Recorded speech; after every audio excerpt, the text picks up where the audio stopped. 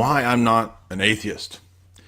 I was never really tempted with atheism ever since I went to college and started my trek into the world of philosophy since 1819. I've had a lot of debates with atheists. We used to debate atheists all the time on campus. In the philosophy club, we would have constant debates. So I'm very familiar with atheist argumentation. I had a lot of atheist professors, and I even debated atheist professors when I was a sophomore. I had a public debate with my philosophy of science professor at the time. So I'm very familiar with various atheist positions. It's a position I've interacted with probably for 20 years now. So maybe 21, 22 years. So I want to be as fair as I can. I don't want to give misrepresentations. I know that there's a lot of different views that fall under atheism. I know that some people conceive of atheism as agnosticism, just simply saying that we don't know, we can't know. And then other more hardcore positions that there absolutely is no kind of higher being, nothing transcendental, etc. So I'm going to give my 10 reasons. They're not really in a specific order, just like the other top 10s, why I'm not a Catholic, why I'm not a Protestant. You can watch those videos right before this. And here we want to just kind of list the main reasons that occur to me. So if you follow a lot of my debates, if you've seen a lot of those, a lot of the interactions that we've had, a lot of the lectures, then you probably know some of these. You've probably heard a lot of these, but let's try to boil it down to something as quick as we can for a top 10. So the first one would be the transcendental argument. I think the transcendental argument is the strongest argument for God's existence, and it's because it shows the necessity of God's existence in a logical framework. It can be written out as a syllogism. We've given many examples of that syllogism. If you listen to the debate that I did with Dr. Malpass, you'll notice that towards the end of the debate, I listed a syllogism there that could work. But basically, everything that we engage in this world relies on everything that we use in this world, such as mathematics, logic, abstract conceptual entities. They all presume what are called transcendental categories. Right? They rely on things that are not known or proven through mere sense experience. So we could think about things like spatio-temporal relations. So we could think about things like the past. We could think about things like objects having identity over time. We could think about things like the transcendental unity of a self, right? That there is a self-existing something. I know that atheists won't say that there's a soul, but there's something that's having this experience of the world that is a unified conscious experience, right? Whatever terms you want to use to call that. These are, in philosophy, titled things like transcendentals. They're things that are assumed for the possibility of reason or logic at all. And if you were to deny any one of these, you would actually undercut and negate the possibility of logic or philosophy or reasoning or meaning or knowledge whatsoever. And so that's why they're so strong and so powerful, is that they're necessary for a worldview at all. Now, a person can theoretically deny these things and continue to have a worldview, pragmatically speaking, but at that point, they're just being inconsistent.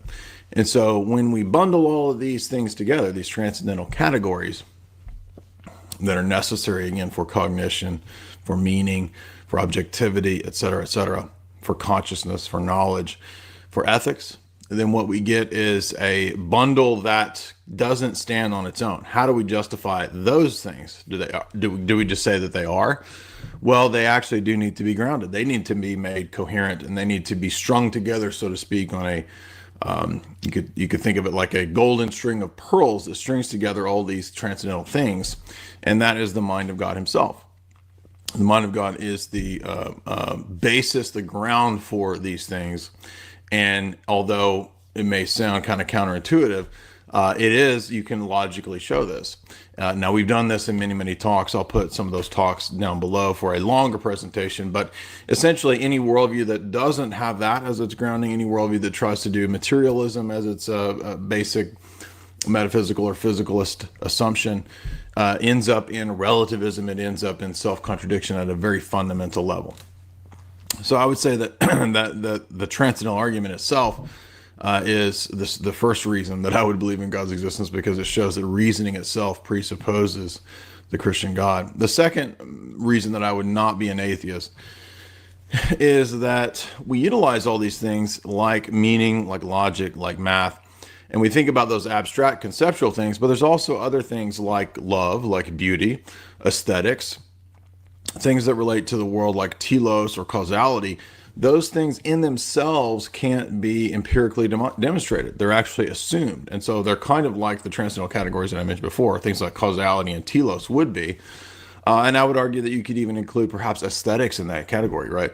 That it's actually impossible to live your life as if the good is purely subjective. And that's what I think is amazing here, is that even such basic philosophical assumptions like whether there's an external world ultimately can't be justified unless you have a world grounded in an external being like the mind of God and not in our own subjective experience. And so essentially, another one of these key assumptions would be that your senses match up to an external world, right? We all kind of assume that in our dialogue, in our discourse, in our daily living. But can we actually empirically verify that claim? No, you can't. It has to be assumed, and it can't be empirically verified. Now, how do we prove that if we can't empirically verify it? Well, the first point that I would say is that rank empiricism, and most atheists, not everybody, but most atheists are naive rank empiricists. They believe that we only know what's true from sense data and from sense experience. The problem with this, of course, is that you cannot prove that proposition, that belief itself, from sense experience, and so therefore it's at a fundamental level, it's very contradictory. So much so that it can't even get off the ground. So I would say if you look at things like, again, beauty relates to form and symmetry. And if you took something like a Mandelbrot set as an example, a Mandelbrot set shows that this mathematical structure, this set based on set theory, is not something that is invented by the mind of man. And now not all, but a lot of atheists will say that mathematics is a social construct. It's a human invention. It's not something that's actually being discovered like you were, going out and discovering, Antarctica or something like this, right? But in fact, a lot of mathematicians will speak of mathematics as a landscape of discovery, that when somebody discovers something like a Mandelbrot set, they're not inventing it, they're actually discovering something, right? And that shows that these are not products of our mind, but they exist in some kind of realm beyond our minds. Ultimately, that's the mind of God. And I have an essay where I argue about this kind of stuff called Numbers Prove God, where I flesh that out more. So if you want to go deeper into that, I'll leave that link in the pinned comment below. So there's also a great lecture by Dr. Jason Lisle on Mandelbrot sets. I'll include that in the link as well. Again, this is just a top 10. I can't prove every single proposition and every single argument in a top 10 video. So the backing for these claims, because I know there's going to be atheists in the comments saying, you didn't prove nothing, you just stated your position of transcendental argument. It's just stating the position, it's not an argument. I'll include the argumentation in the pinned comment.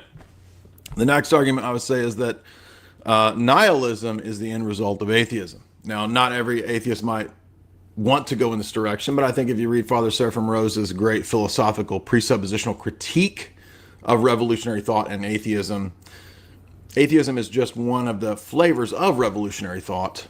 I'm speaking of modern atheism since the Enlightenment. And it leads to nihilism. I think he proves that case, that there's a kind of a dark logic that nihilism takes you down as you come to what's called in philosophy epistemological self-consciousness. And all that means is just that you are going to, over time, become more and more consistent with your governing presuppositions. So if your governing presupposition is atheism and materialism, you're going to become more and more consistent with that and end up in nihilism. We can actually see the logic of this as it works out in Western thought. For example, if we go back to the Enlightenment, to the scientific revolution, you have the rise of rationalism, you have the rise of these universal Enlightenment ideals, and then within a few centuries, this degenerates into postmodernism, and then into just sort of will to power, Nietzscheanism, and then to just full-on nihilism. And there have been quite a few nihilist philosophers. Some of the Russian Revolutionaries were openly nihilistic. V.I. Lenin was pretty nihilistic in his philosophy. So there is a real progression to that dark left-hand path, you could say, of being more consistent with one's nihilistic assumptions. And so even though stage one atheism might not be nihilistic, the end result, if you're being consistent, is nihilistic, because there's not really any reason for anything. There's no reason to do X over Y. There's no reason that this is preferable to that. In effect, all actions are perfectly equalized. And if all actions are perfectly equalized, it doesn't matter what happens. It just is. And as Hume said, you can't get an ought from an is. You can't get a standard, an objective, any kind of value judgment from a mere is, right? Something, just the fact that something is the case does not lead to the conclusion that something ought to be, or you should do this, or you ought to do that. That's the domain of ethics. And atheism and materialism cannot provide any objective standard of ethics. Now, you can say things like, well, but you got to be nice to people, you shouldn't harm people, but why? Why? The natural world is full of predator-prey relations. Why not harm people? Why not crush everyone that I want and take my own harem of everyone else's wives and start my own cult and make me the Übermensch, right? Why not? There's no reason why you shouldn't do that. There's no reason for anything. Events just are. And so ultimately, again, the problem here is that on this position, you have a situation where even your own consciousness is just a series of chemical reactions. It's not a real, there's nothing underlying these phenomenal experiences. There's nothing underlying these chemical reactions. There's no actual meaning to them. They just are. And I think that that's severely problematic. The next point I would make is not ultimately a proof of the position as a whole, but as I've gotten older, I think that the proof against atheism, but it's an analysis that I do think is worthy of mentioning. Again, it's not strictly a logical argument against the position, because you could use this argument against a lot of different views. But I've seen this more and more as I've gotten older, especially after many years of 20 years of looking at the world of atheism and watching the new atheists and those guys, 10 years ago or so coming to popularity, is that atheism is really part of a larger social engineering tool. Atheism is not just a bunch of people who are seeking through altruistic reasons to find the truth and to be logical and to be rational and to be scientific. In fact, atheism is promoted by very powerful, wealthy people. Again, not just because of people nobly wanting to see what's true and dispel superstitions, but actually to take society in a larger sense in a certain direction. And if you study the history of revolutionary movements, which I did extensively in college and grad school, you'll learn about worldviews and ideologies being weaponized. I mean, the CIA has done this for many years. I've written 2 books that deal with this very topic. My master's degree was on the way that the CIA utilizes ideologies in specifically in the Cold War. And so when you study that for a long time, you'll notice that ideologies, even things like atheism, can be psychological warfare tools. And I didn't know that as a young guy. Even when I started debating atheists, I had no idea that something like psychological warfare and social engineering could be that sophisticated. And of course, it absolutely is. And I would say that when you look at the modern day atheists, a lot of them actually are being propped up by the system, by the establishment, and that's why they all sort of tout the system establishment line. They don't really deviate from anything that's establishment. They're all just kind of establishment mouthpieces. And I think that that's very telling, that if they were really seeking out for altruistic reasons the truth, the noble scientist kind of guy who's willing to risk it all for the truth, if that was really the case, then why do they line up across the board on all of the kind of normie takes on everything, whether it's Tyson, Bill Nye, or Michael Shermer, or whoever? It's all just the same type of normie stuff. And I think that that's very suspicious and suspect. And they're just establishment pop mouthpieces. And that's a big, I think, blow to the validity of these pop atheists who are still sort of out there promoting.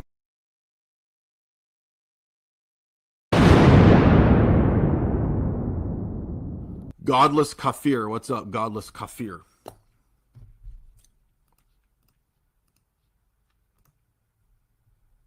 Unmute. Oh, is it my turn? I don't have an argument. I just have like a question. Okay. Or a few questions. I hear a lot of theists. Unmute.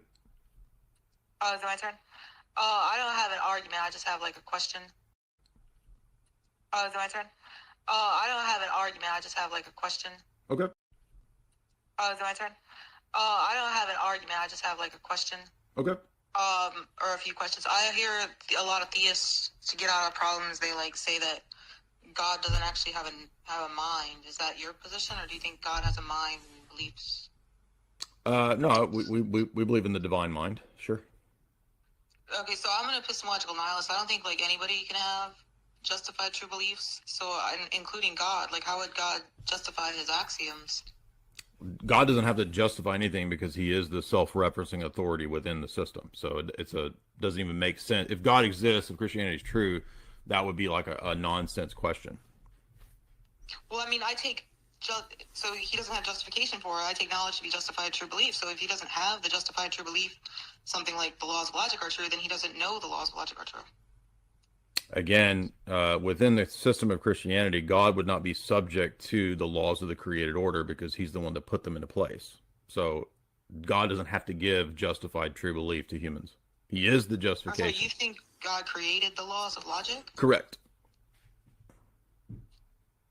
Oh, wow. I've never heard that one before. So there was a time in which they didn't exist? So the logic that's applicable to the created order is a reflection of one of the divine rays. In other words, it tells us something about the divine mind, but it doesn't exhaust it, and it doesn't logically define the divine mind. So God is not defined by created logic, even though, just like anything else in the created order, right? Like we would say, for example, that human beings are made in the image of God. I can't take principles about me as a creature and list them about how I'm finite and I exist in time, and these things make up me as a human being, and then say God has to then submit to that. You got it backwards, and that's what all atheists and all nihilists do. It's a form of idolatry where you have it backwards.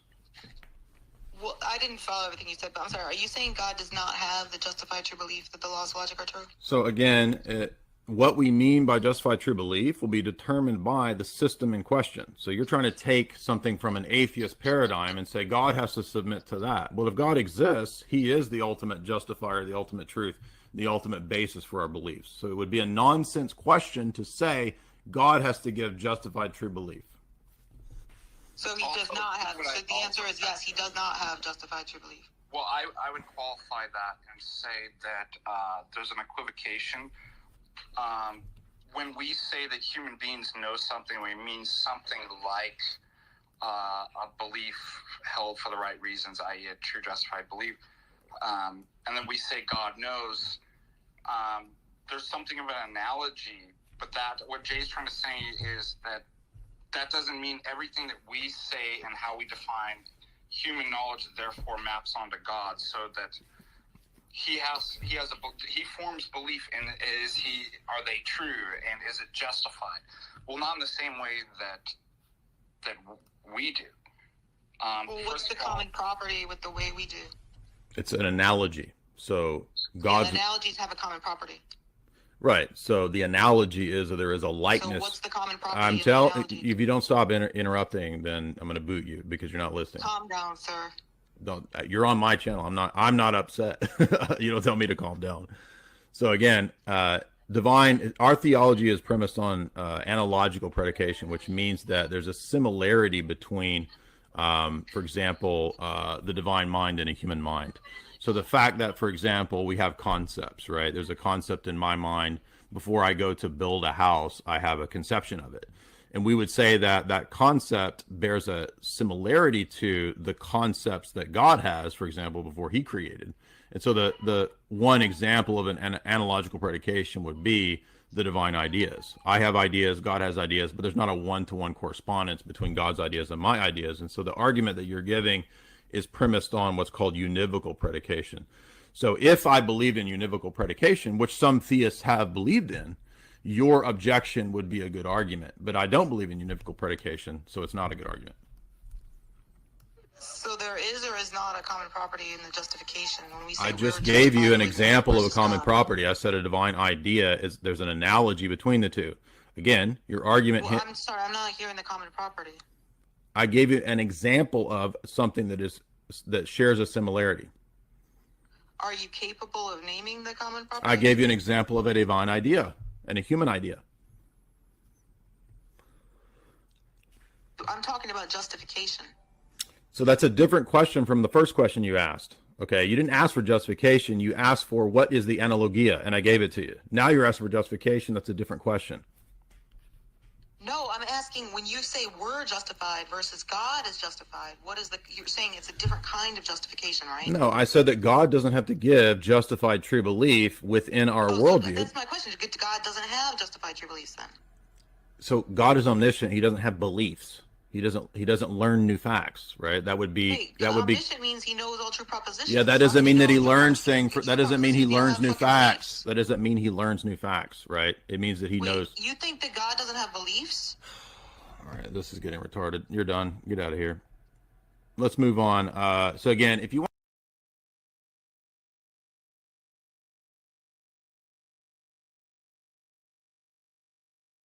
promoting this worldview.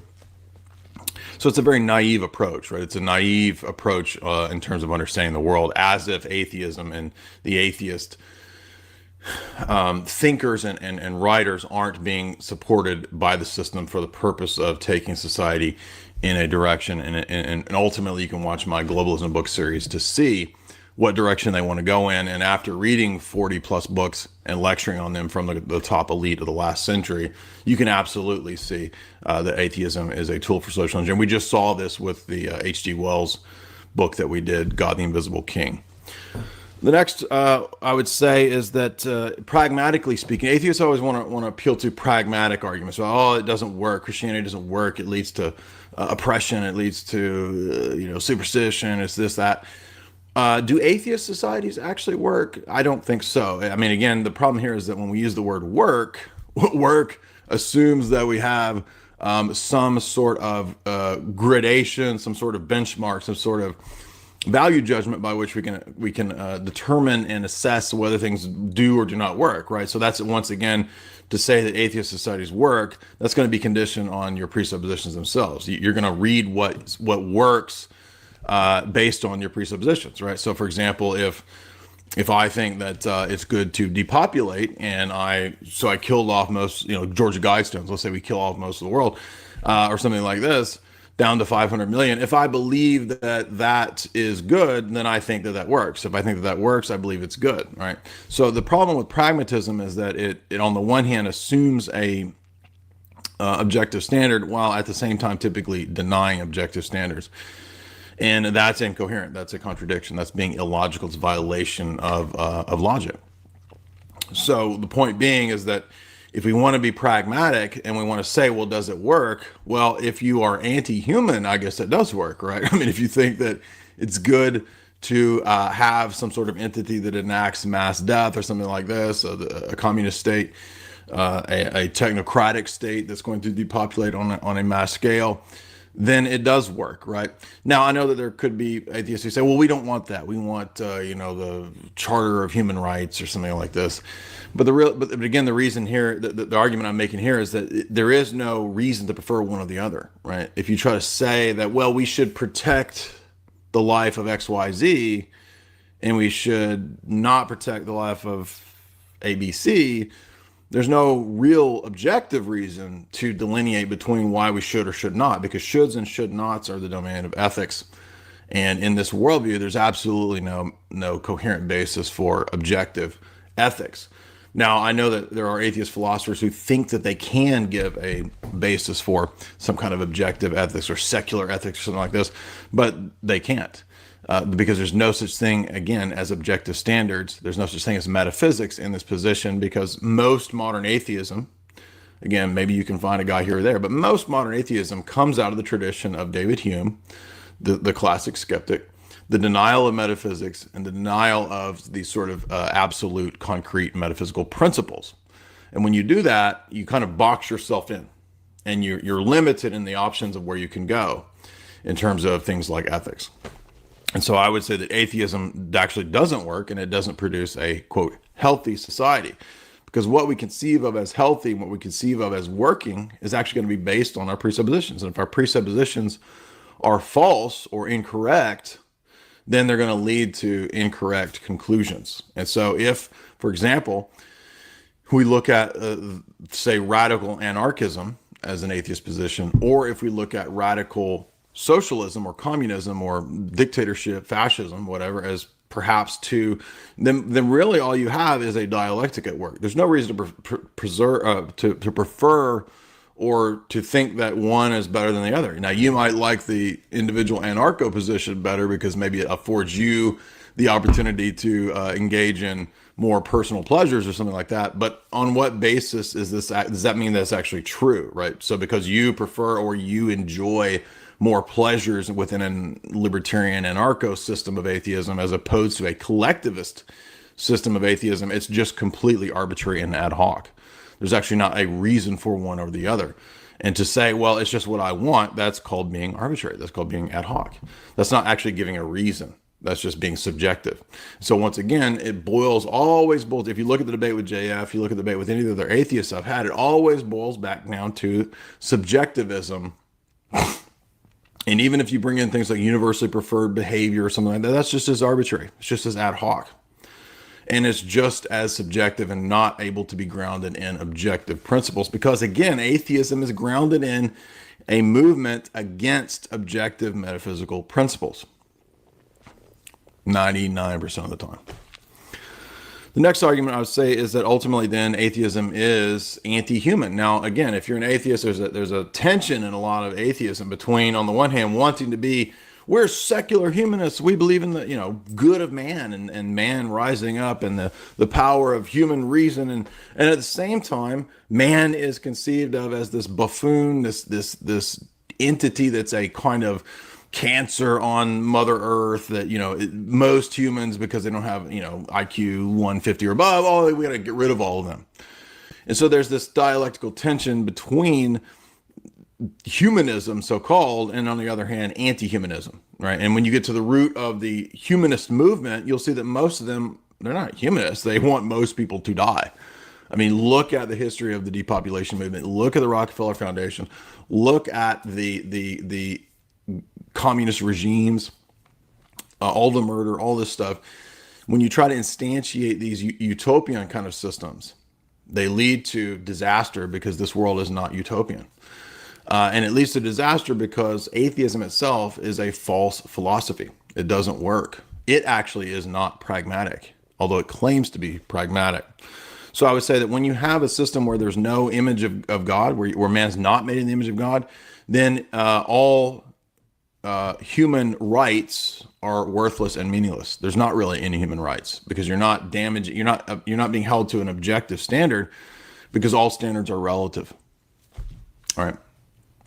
So atheism is the dehumanization of man, and the global elite actually understand that, and that's why they foster atheism, to demoralize and to brutalize you so that you are then more malleable for the social engineering, right? From soy wars, from video games, from all the replacement stuff that you get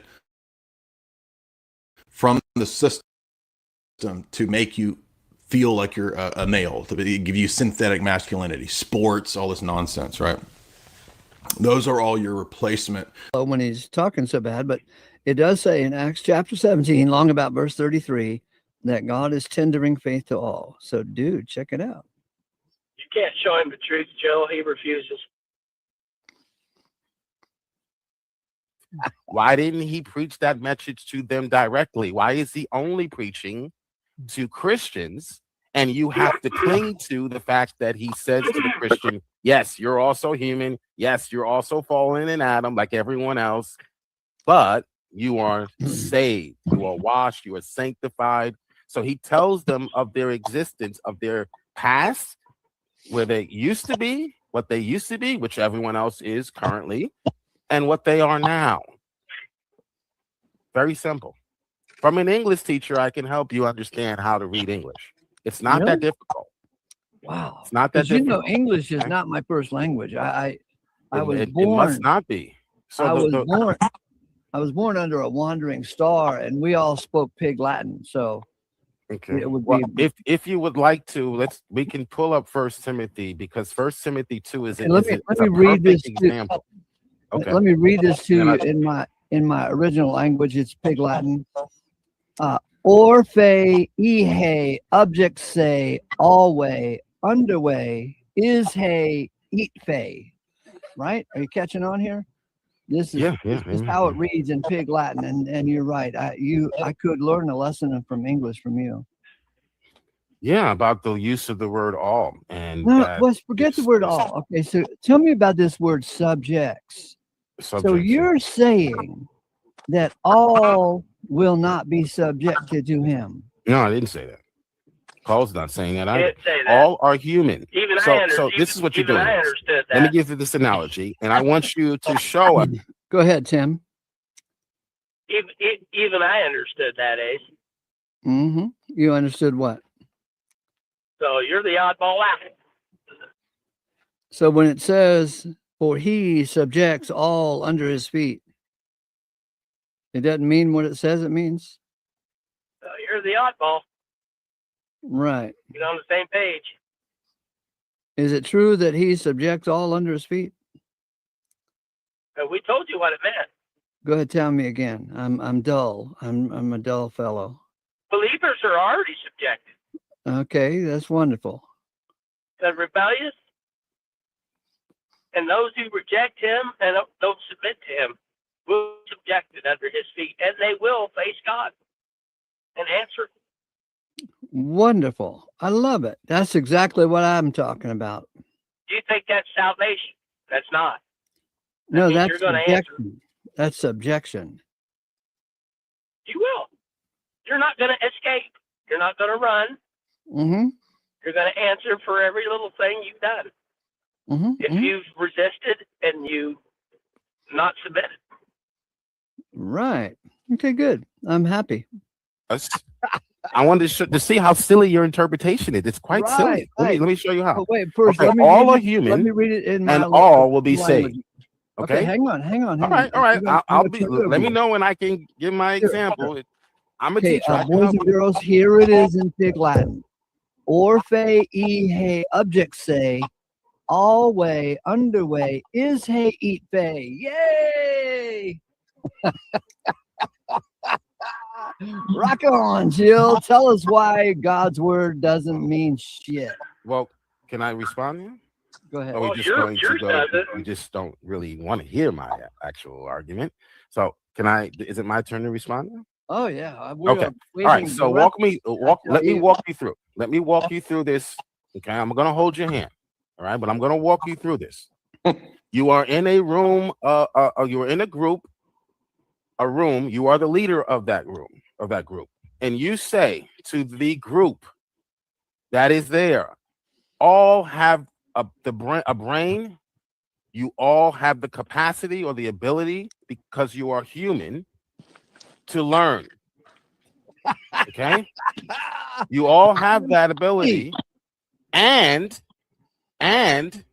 you are also chosen to display that ability in God's name. Yeah. Okay? What I said about them, the first thing about them, applies to every human being that ever lived. The second thing that I said about this group does not.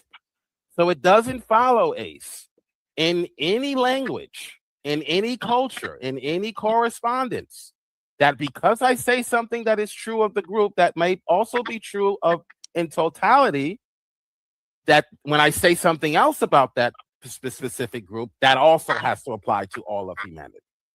Okay? That's a fallacy. I don't know which one, but that is a fallacious argument. It's a bad argument, Ace. I feel so much better. Desperate argument, Ace. I feel so much better. Now tell me, I got another question about this passage. Yeah. What's your response to what I just said? Anyone on the panel have a response to what I just said? I feel so much better. No, okay, let me ask you this question. No, you don't.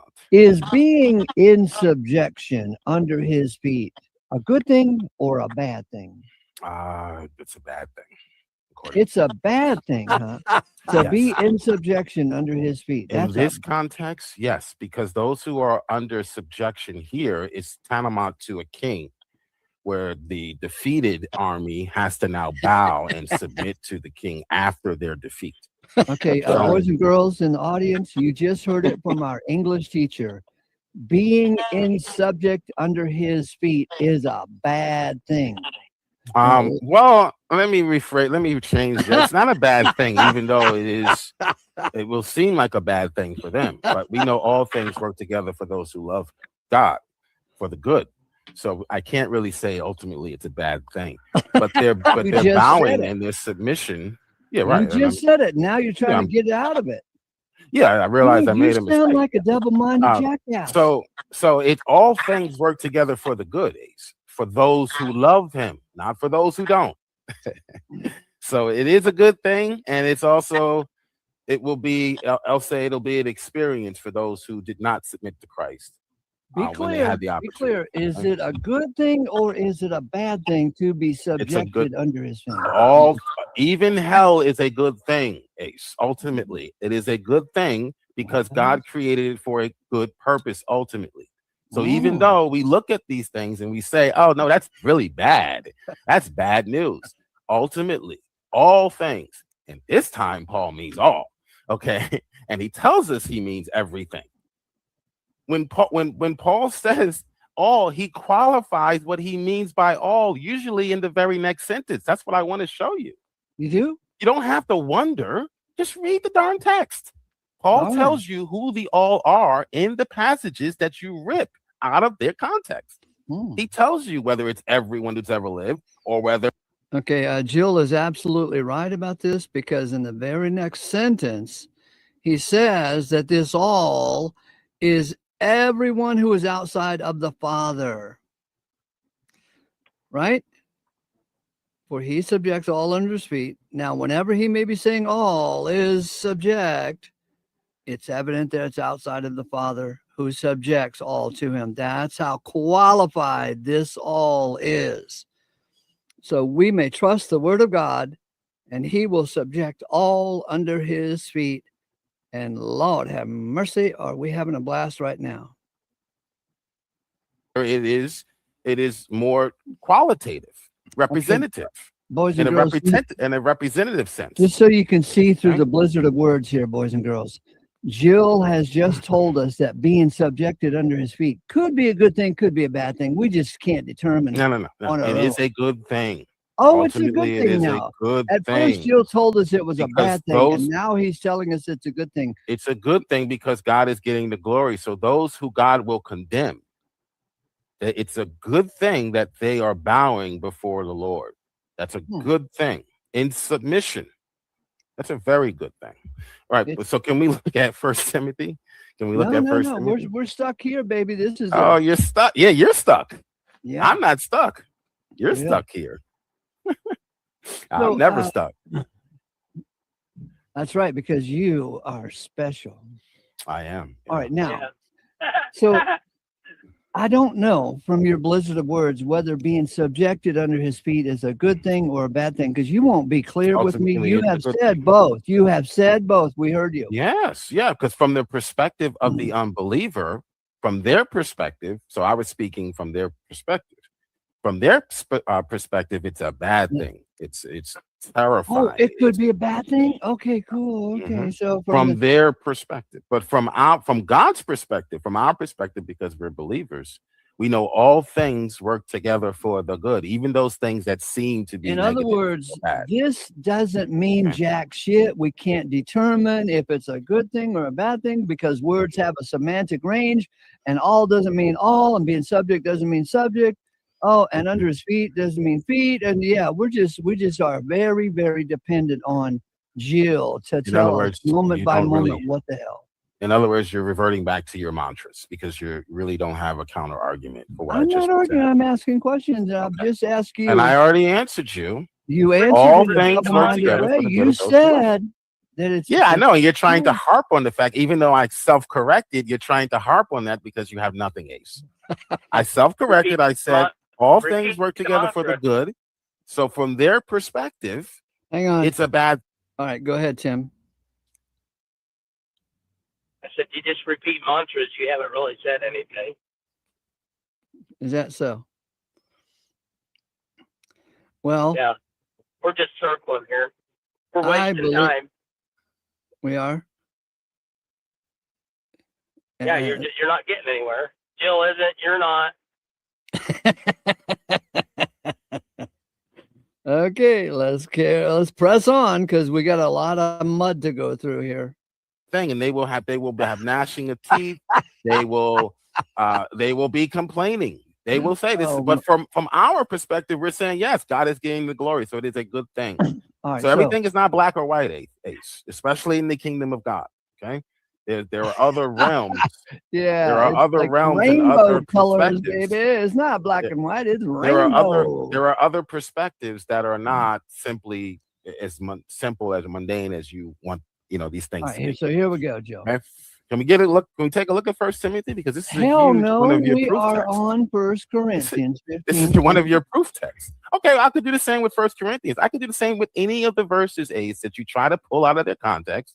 I can do the same. If I am addressing anything except ask you to be clear, and you are not clear. Okay, all right. Am I clear now? That yes, all things work together for the good. Are you going to keep harping on the fact that I said earlier?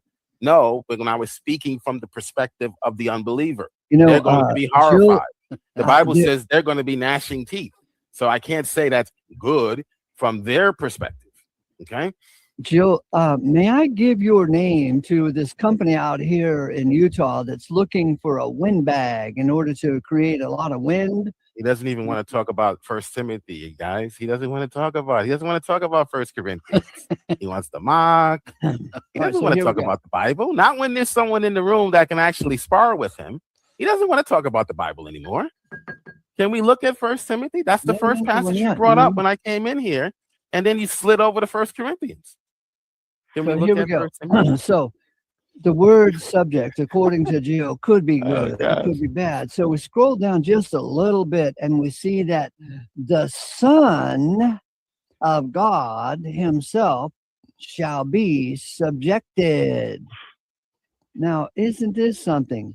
Jill won't commit to whether or not being subjected to him is a good thing or a bad thing. It may be contextual, maybe both. But the Son will be subjected to the Father, you see. And so I would think, boys and girls, that the Son being subjected to the Father would be a good thing. And thus, all who are subjected to under Christ's feet would also be a good thing. But I can't get any clear idea from Jill as to whether this whole paragraph here. You're done, Ace. You're done.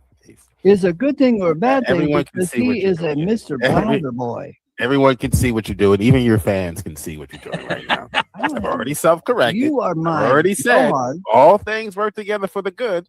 When I said no, it's not good, I was speaking from their perspective. Because from their perspective, they hate God. So they're not going to want him to see him glorified in their destruction. They're going to be complaining and gnashing your teeth, according to Jesus. Okay, so we would say it's not good, but from the Christian perspective, it is good because God is being glorified. Okay, so can we move on to looking at First Timothy now? No. We're not. No. I'm going to keep harping on this because this is all I have to cling to. You're hanging on a string you're straining at a gnat, Ace. Can we move on to some meat? Nope. No. He wants to warm his milk up. Now and add a little bit of sugar because that's really all you have. Hang on a second. Jill misspoke and said something that was sub-biblical. And I'm just going to even though he corrected himself, I'm just going to keep harping on that because that's really all you have, Ace. All things work together for those who love, for the good, for those who love him. So are you subjected under his feet, Jill? In the sense Paul is teaching here, no. I am called out. Lord have mercy, aren't we having fun now? Yeah, we Jill are having is fun. Not subjected. I am called out. Lord the have ecclesia. mercy. This is so great. Oh my goodness, boys and girls, I have to interrupt myself here. I got a little housekeeping to do, and it'll take me about 5 or 10 minutes, maybe less. Timothy, feel free to blather on and lead the people down to the paths of truth. You know what I mean? You know what I mean? Huh? Come on. So I'll put you up on the screen, and I'll be right back.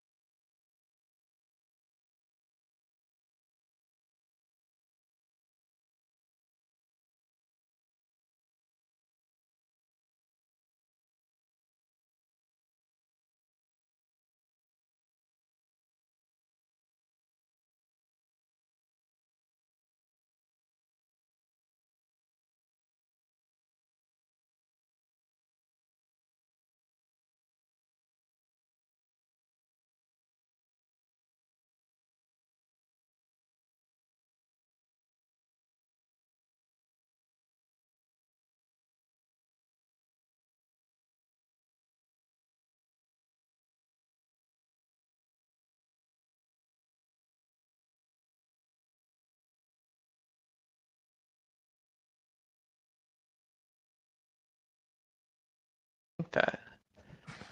Because it's an argument about arguments.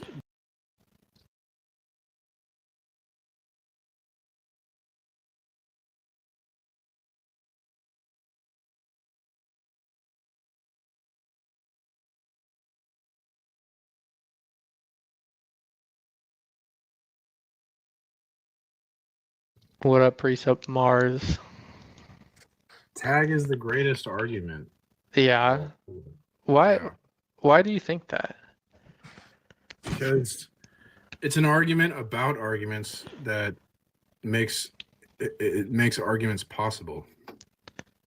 It's an argument about arguments that make arguments possible. Okay, isn't that question begging? No. It's Okay. like a challenge. It's like, given what worldview is argumentation possible? Yeah, but you're saying that there's an argument, right? Yeah. And you're saying, well, arguments are impossible without this argument. Well, that's just question begging. No, It is. I'm saying it's an argument about arguments, so it's meta level, and it's asking the question like, whose worldview can make arguments possible? Okay, but that doesn't. An argument can still exist on the meta level. It doesn't escape. I don't know why going to the meta level would help you there. So arguments are clearly possible outside of some specific argument. Yeah, but are there preconditions to an argument? I don't know. Do you think that?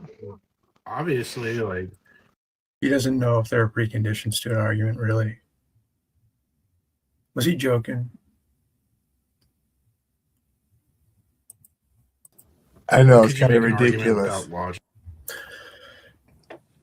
I mean, does he never consider such things?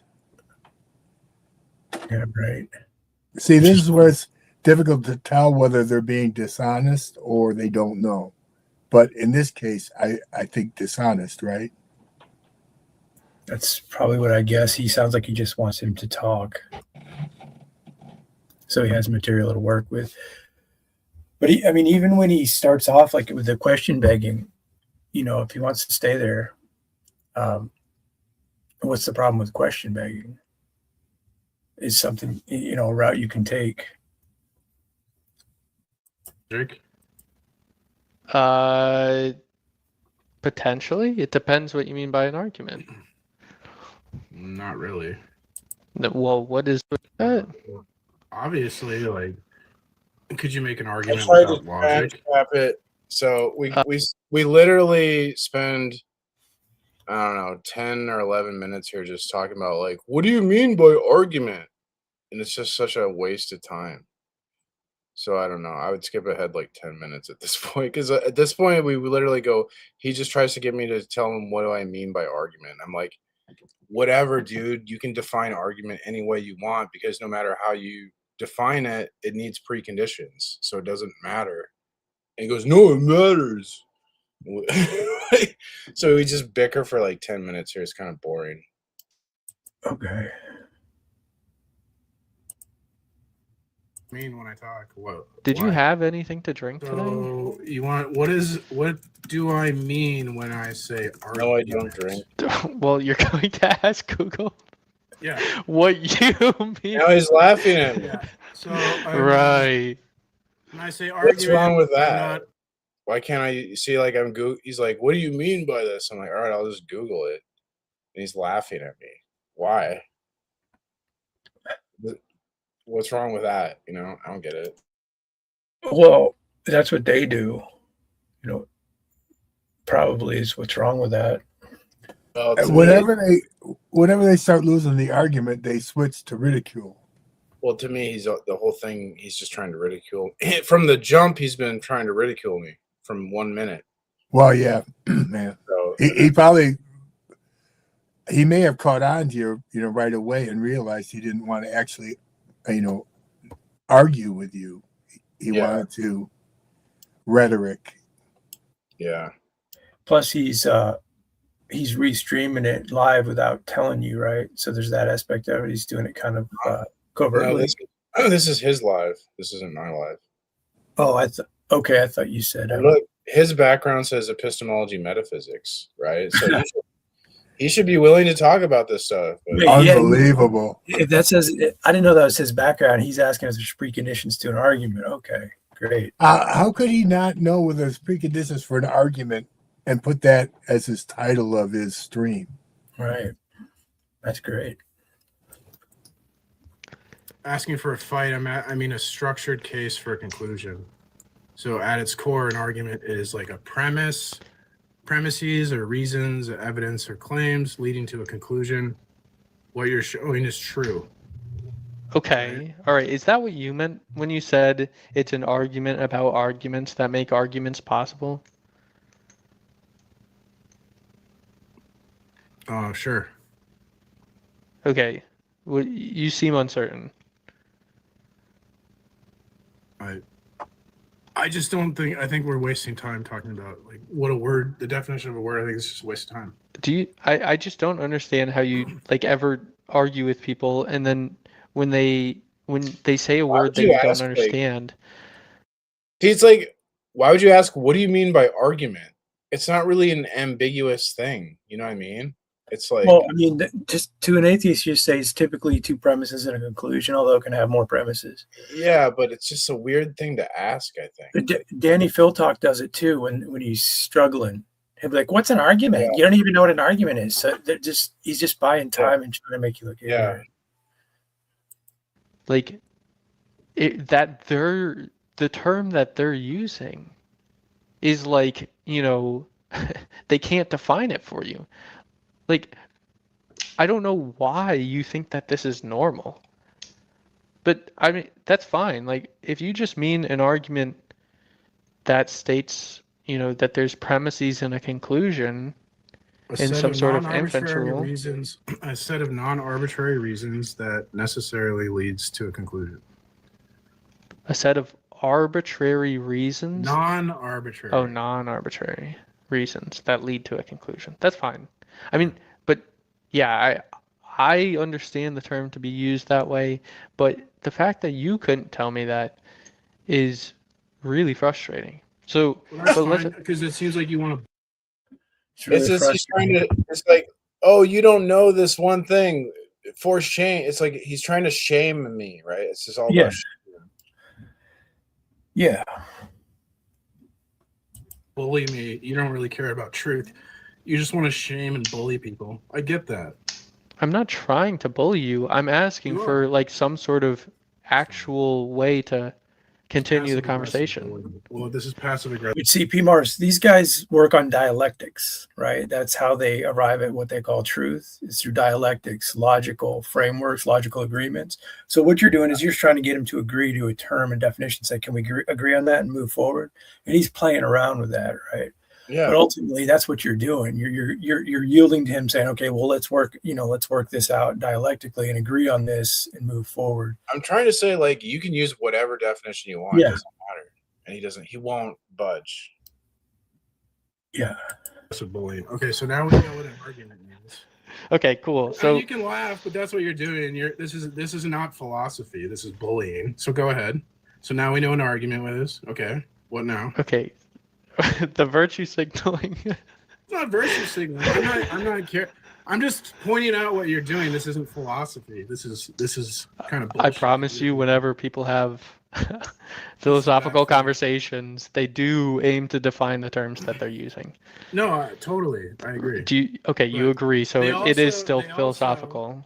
They also use asking, what do you mean by that? That's also... P-Mars, with him posting epistemology and metaphysics, I would have gone off after ethics right away. Why did he leave that out, right? One of the main pillars. Yeah. Used as a rhetorical strategy, right? I'm not using it as rhetoric. I'm literally trying to... How would you know the difference? Well, that's what I assumed. That's what it felt like. like. Is it possible that you're wrong? It is. Okay. All right. Cool. Okay. So you're saying that tag is an argument about arguments that make arguments possible, right? No, that it asks the question. Like it's kind of like a challenge. Okay. It's a It's like- challenge. Yeah. Okay. Would you say it's kind of like a dilemma? Like, have you ever heard the term dilemma? Like Agrippa's trilemma, or I don't know if I would use that. I prefer challenge or gauntlet. okay, it's a gauntlet. Okay. It's always laughing. All right, so I'm gonna toss this first, statement. He's annoying, dude. He's like, everything you're saying is so funny to him. It's stupid. Yeah. That you made, because that's not what you meant. So it's a challenge. Tag is a challenge. Yeah, like, can your metaphysics, your worldview, make argumentation possible? That's the question being asked. Can your okay? Yeah. Tag is a challenge that tests whether your worldview can make arguments possible. Yep. Okay. All right. So it doesn't try to settle any specific fact. It just tries to demonstrate that it's possible to settle a fact. It just tries. Okay. I'm sorry. Could you? Yeah, he doesn't like that one because that's what he's banking on, is that nothing is settled, nothing is concrete. Repeat that last part. Well, like in most arguments, you're trying to conclude with a specific fact. Like, this fact is true. But in tag, we're trying to conclude with it's possible to demonstrate a fact, right? So it's not demonstrating a specific fact. We're trying to demonstrate that demonstration itself is possible. Demonstrate that demonstration itself is possible. Okay. It demonstrates fact. We're not trying to demonstrate that demonstration is possible. We're asking what has to be true for demonstration to be possible. So it's trying to conclude that given non-Christian metaphysics, demonstration is impossible.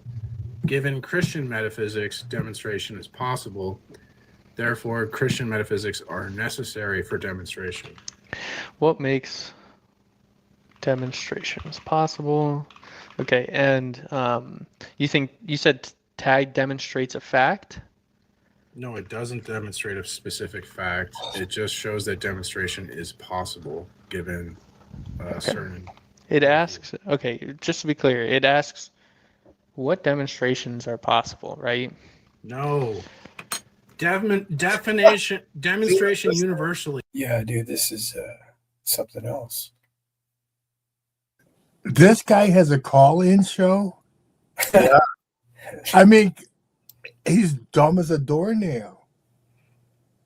I don't know why he posted this. Or his game is playing that way, but it's we'll see. It would only be possible if X were true. X is your worldview. Demonstration is only possible.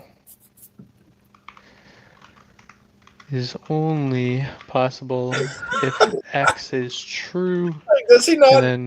Does he not know? So it says epistemology, metaphysics. Does he not know these things are necessary to demonstrate something? Like, what are we doing here? These simple concepts he has to type out.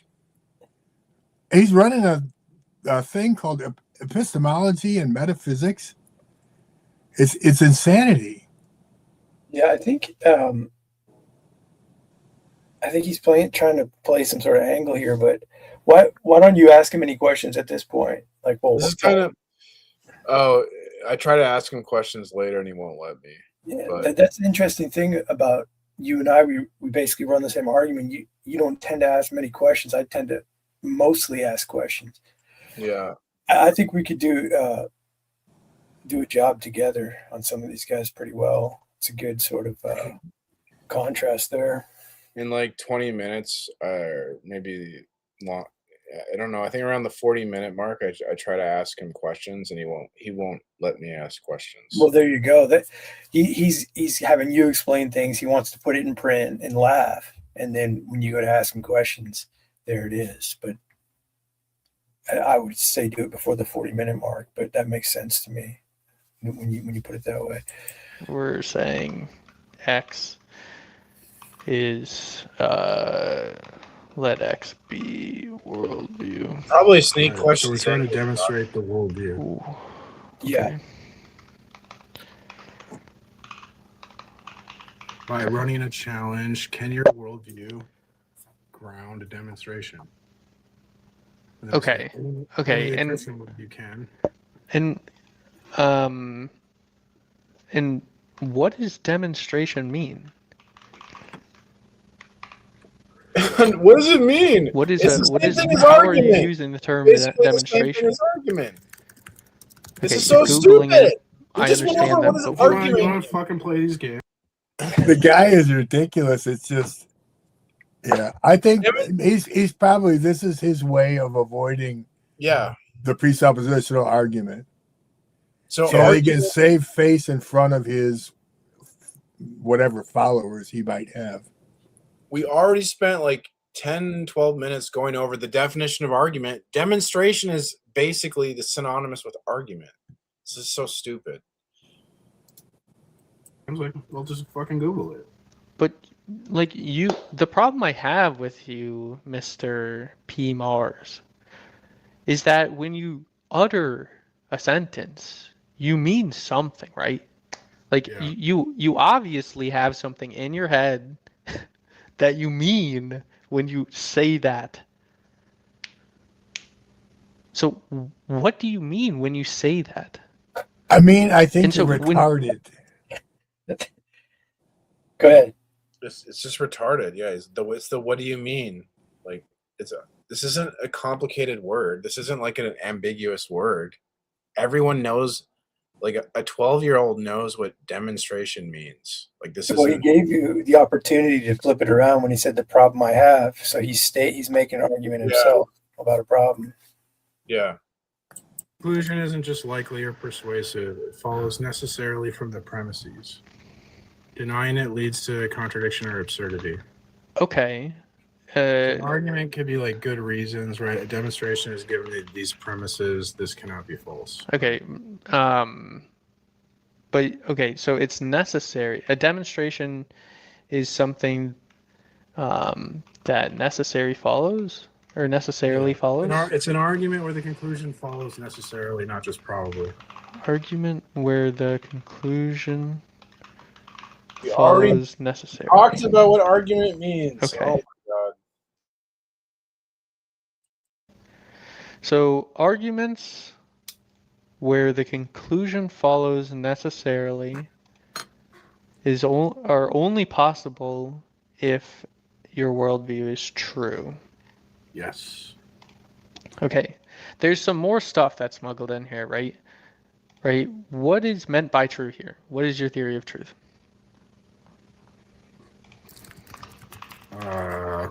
Is that my theory of knowledge, or is that different? That is not your theory of knowledge. Okay.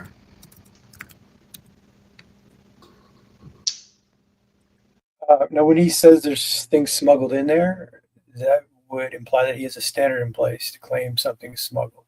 Yet he's asking you. He literally doesn't know it's nothing's being smuggled in because it's a challenge. He's such. Well, I'm saying even in his speech, though, his assumption that it's a smuggle, he's proposing there's a standard or right way to do that, and you're not adhering to it. I'm smuggling in truth. Yeah. Okay.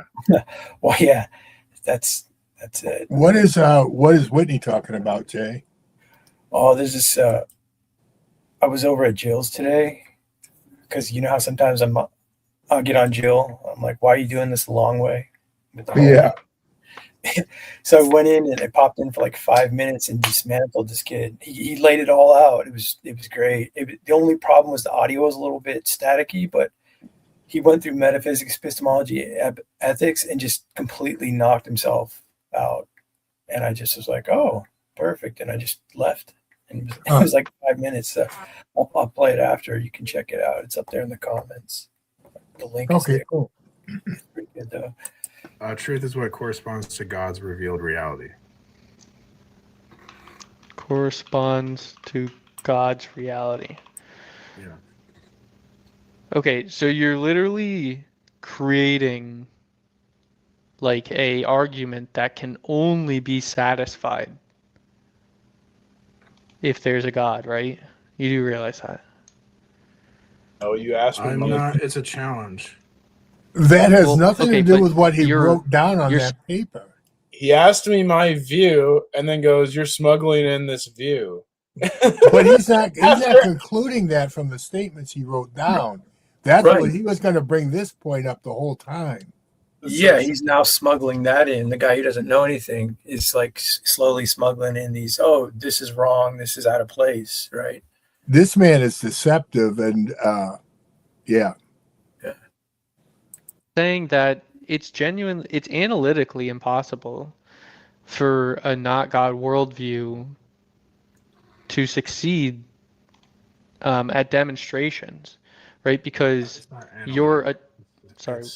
It's synthetic.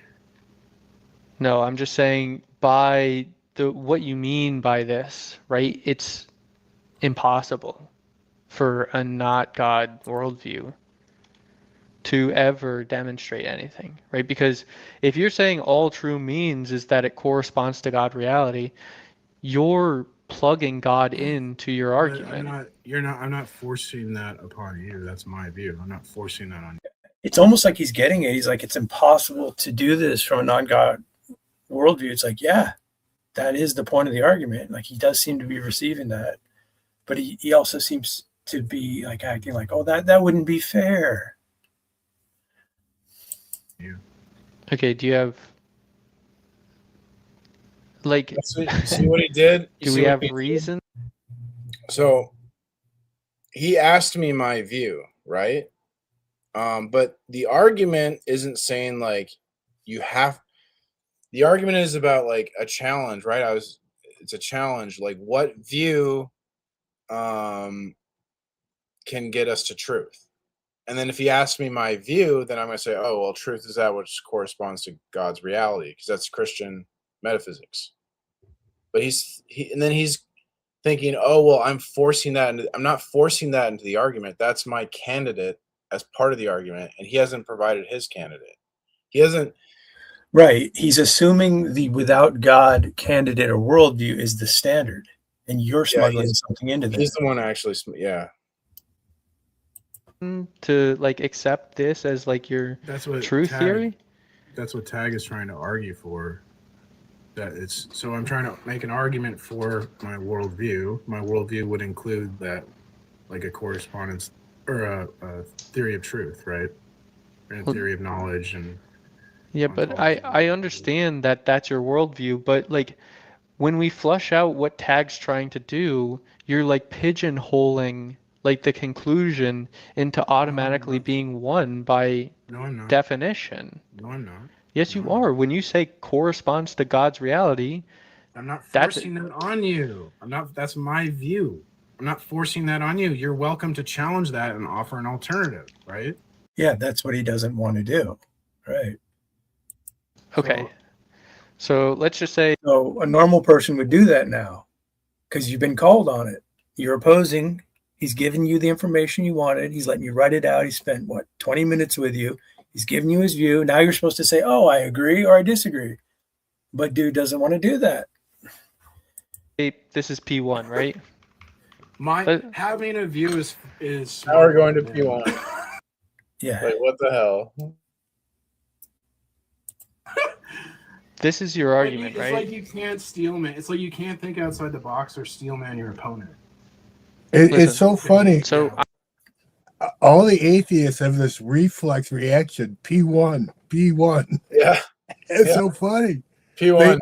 Like 90% of them don't even know what it means. What's your inference rule? Is this P1? Is this P Mars? No, it's not. Okay, so this isn't an argument. Demonstration is only possible if X is true. Well, I wouldn't structure the argument like that. Tag is it's making two arguments at the same time, right? So we're making but hold on. Why would you say any of this if this is like not your argument? Well, I'm giving it informally. But we're formalizing it right now, right? I didn't know that. Well, that's why when I put P1, what did you think I was doing? I didn't see you do that. Okay. So I just put P1 here. Do you want it formalized? Well, It doesn't. We're just formalizing it right now. It doesn't have to come out of the box formalized. I'm fine with it not being formalized. But I'm asking, can we formalize this now, right? Because did you hear that? Play that. He goes, "I'm fine with it not being formalized. It doesn't have to be formalized, but now I'm asking, can we formalize it?" Like what? Yeah, right. That's kind of like what happens when you're being deceptive and you can't follow your own deception. box formalized. I'm fine. We're just P1 here. Do you want it formalized? Well, it doesn't. We're just formalizing it right now. It doesn't have to come out of the box formalized. I'm fine with it not being formalized. But I'm asking, can we formalize it? Fine with it not being formalized. But I'm asking, can we formalize this now, right? Because right, like what the hell? Yeah. He wants the deductive syllogism, but I'm guessing he's not going to understand or accept that it's a transcendental argument. It's not a simple deductive argument. It has inductive and deductive qualities within it. It's in a separate category. So you put it in a deductive syllogism, and it's very simple. If A, then B, B, therefore A. They try to say it's circular, but that's when it goes back to it's a paradigmatic argument. It's a meta-level argument. They really want to stay away from those types of argument because that gets into all the things that they're assuming that they can't account for, simply put. I think it works best to give the argument informally. But so that's what I was trying to do. Well, yeah, but if they need that, make it available to them, right? Then he never announced, like, he just started writing P1. He never goes, okay, I'm going to formalize it now. He just started writing P1 on the screen. Like, yeah. Like, know to switch from informal to formal, like, as soon as he types P1. Like, what the frick? Yeah, I can do the formal argument, but he never asked for it. I didn't, whatever. He's a jerk. Well, you're kind of just a player in his reality, it seems, He's just having some he's fun. just jerking me around. Yeah. I would say like P1 would be like, if logic exists, then it requires a sufficient foundation. If logic exists, it requires what he's doing a sufficient it's like a fishing expedition. He keeps asking. He's trying to get to a point where he asks me something and I don't have an answer, and then he can go, got him. So he's thinking I can't formalize it, and when I formalize it, then he shits his pants. Yeah, he's definitely efficient. It's like he's kind of giving you like a light interrogation, like feeling out what you know, what you think you know, how confident you are, all that. Yeah. Foundation. Yeah. Okay. All right. That's P1. Yeah. And then P2 would be like, only the Christian worldview provides a sufficient foundation. Okay. Only the Christian worldview provides a sufficient foundation for what? Logic. For logic. Then like logic exists would be P3. P3. Okay. And then conclusion, the Christian worldview obtains. Conclusion, Christianity obtains. I'm like butchering. I love how simple this argument. That's fine. I like, because I know he's just trying to muck me up, so I'm going to like the simplest argument. Yeah. What was that again? Can you repeat that? Okay. P-Bars, what's the argument? So I know he's trying to muck me up. Oh, you want to know what the argument is? Yeah. Oh, so it's just P1 is if logic exists, then it requires a sufficient foundation. If then, that's modus ponens. Then it's like P2 is only the Christian worldview has a sufficient foundation for logic. And then P3 is like logic exists, conclusion, Christianity is true. So it's just super simple. Right. And P2 will be the P1 of that. But they're going to want to object to P2, presumably. I mean, if they deny logic exists, that'd be kind of weird. I thought P2 was Christianity provides the foundation for logic. Yeah, so they should argue with P2. Right. Yeah. Now, when he denies or argues with P2, have you ever asked him to put his argument against P2 in a deductive syllogism himself? Well, he's gonna want further arguments, obviously, right? Further definitions and further this. And next question. Right now, Right. that's fine. Okay. It's like the first time I'm seeing formal argument for tag. So cool. So if logic could have looked that up prior to this, but okay. Oh, and also he had in his background tag is buns.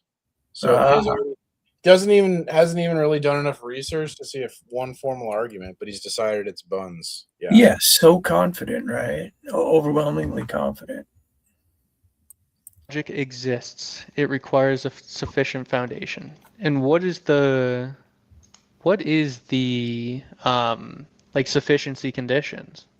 How would you know if something's sufficient or not?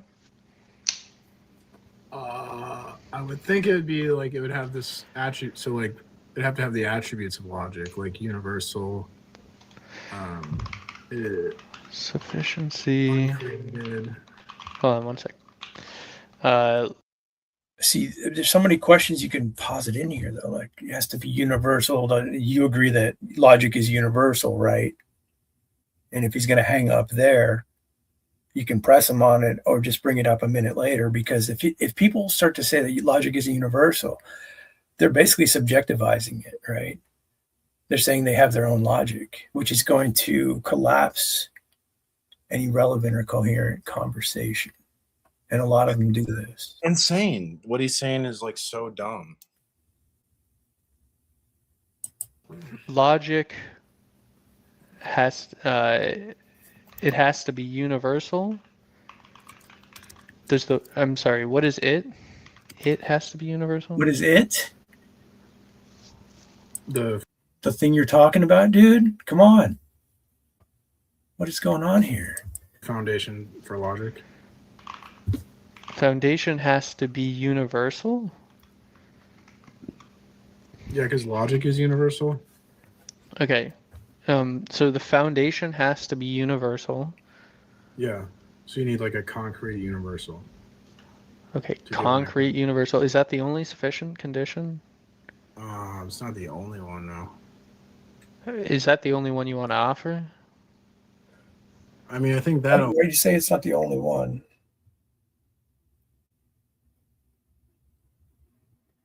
P. Mars. What's up? Why did you say it's not the only one? Because it's not. There's more. There's like unchanging, eternal, uncreated. Condition? Logic? The attributes for logic, right? It's universal. No, he said, is that the only condition? He's saying. Yeah. So is that the only sufficient condition? One of them would be universal. But there's more. Because it's not. It's also unchanging. It's invariant, yeah. Uncreated. Oh, logic is uncreated? Oh, it's normative. It's character. Yeah. Well, human logic isn't uncreated, but like the foundation would be. Because like the law of identity would have to be uncreated. You couldn't create the law of identity. The law of identity is uncreated. Yeah, but you're arguing that God created the law of identity, which we discovered. No. I'm saying God is the absolute. So a precondition for the law of identity is the absolute identity state. So the law of identity presupposes. So God is the absolute identity state that essentially. I don't know how to explain this. The law of identity has existed ever since God existed, which means forever.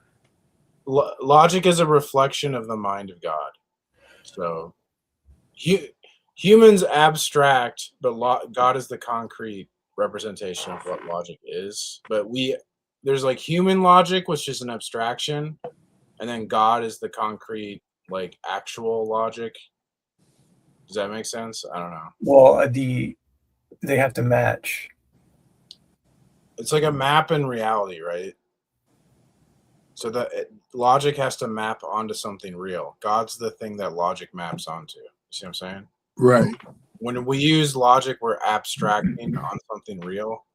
Like math is an abstraction about real things. Like we can abstract and calculate like how much weight the bridge can hold, but that's real. It's an abstraction about something real, so it maps onto reality. See what I'm saying? Yeah. Like a map. So you could have the map of Narnia.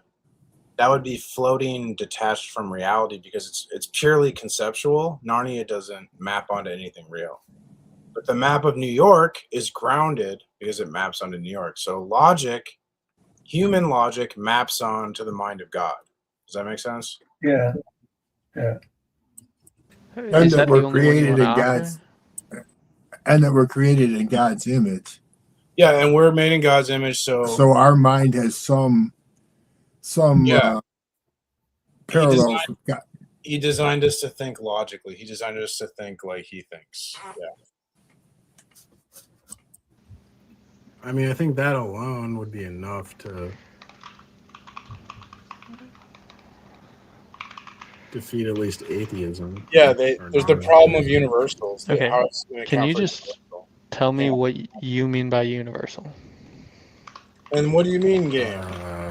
Wouldn't it be like true in all instances? Like can't fail to be true or something like that? It's necessary? Yeah, it's necessary. Okay, logic is necessary. So I'm just going to start replacing these words. Yeah. Okay. The foundation has to be necessary. And logic is also necessary, by the way. Ouch. Yeah, it's also prescriptive. So you need a necessary and prescriptive reality. Logic is prescriptive. See, this is where you throw morals into that first premise, the thing he left out of his philosophy, because it's in the same category as logic. It's God's character. We are made in his image, right? It's going to be this guy, dude, but this guy, it's like it's like keep it simple, stupid. It's like right. Anything I add, it's going to be another hour of explaining. Okay, and by prescriptive you mean what? Normative. Okay. Okay, I'm just going to start replacing words. Still. So we need a necessary normative reality as a foundation. Necessary normative. You know what I mean by normative? Foundation has to be necessarily. That has to do with morals. Normativity. That means like any ought. Are you asking us? Yeah, you know what that means, right? Normative. This just means like that's normative is going to be a consistent way that we apply these ideas, right? Normative is ethics. So a normative claim is any should or ought. Like if I say you should do something, it's an obligation. That's normative. So I'm saying logic is both necessary and normative. So that I'm saying I'm bringing up. Yeah. So you have the moral component within that. Yeah. How much of this is this man being deceptive, and how much of this is him not grasping the concepts? I mean, it's like he's committed. So he's acted his whole life that he doesn't need God.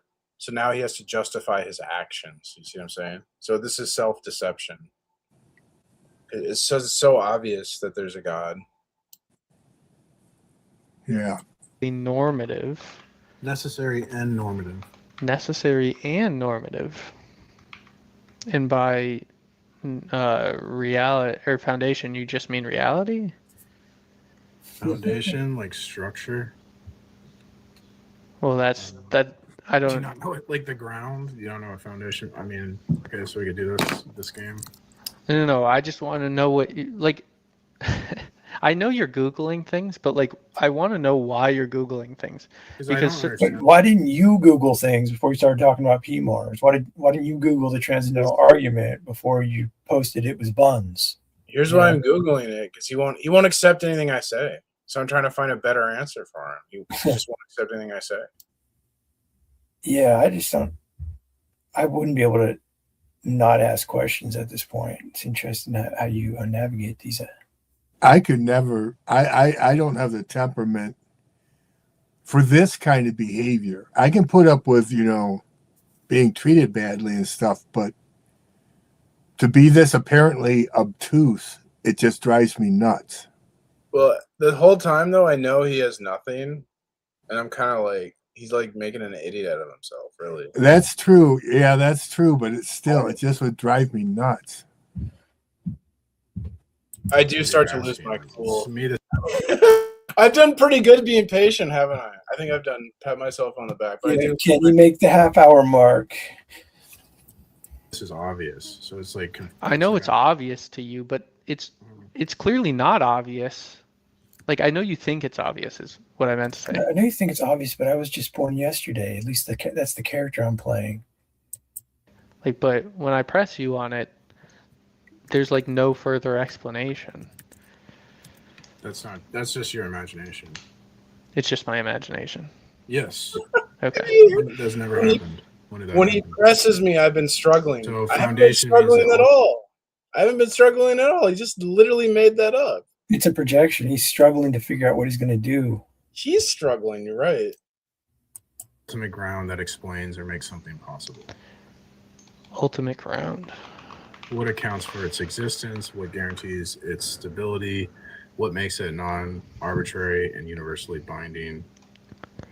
Ultimate. This is one of those ones where you go, okay, you know what? Let's just erase all these premises. Let's keep it informal. The reasons I'm giving you are because the Bible said so. He's so desperate to find something wrong with what I said. He can't find anything. but I've heard you say that before because the Bible says so.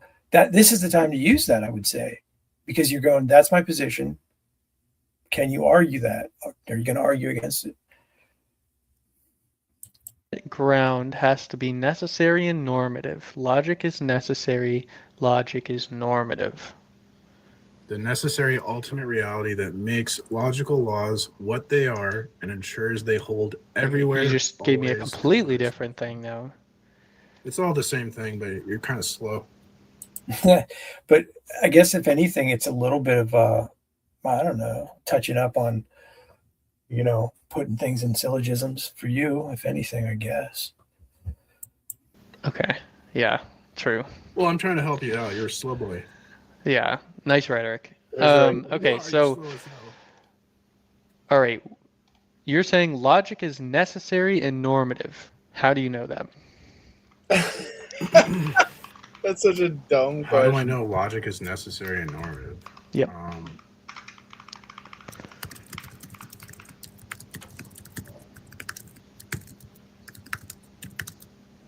I would Wait, jump why? in with But to refute it. You'd have to use it at this point. yeah, that's kind of the sophist in Aristotle. Like, what if I deny the law of non-contradiction? And he answers back, well, in making the proclamation, you've already utilized it. Yeah, I bring that up. Nice. Are you Googling this? Because like I don't think Isn't this your argument? Okay, you don't first. I'm not. prove I all- don't. I genuinely don't want to talk to ChatGPT. If I wanted to talk to What ChatGPT, he's doing is he's acting as an agent of confusion. He's like, isn't this your argument? Yes, but I'm talking to you who's being a slow boy. I'm trying to transpose it in a way you understand it. But he's just playing a character who doesn't understand anything to make you look like, oh, you don't even know what you're doing. Look at you. Great job, dude. I could literally just Google it myself, or just go on ChatGPT myself.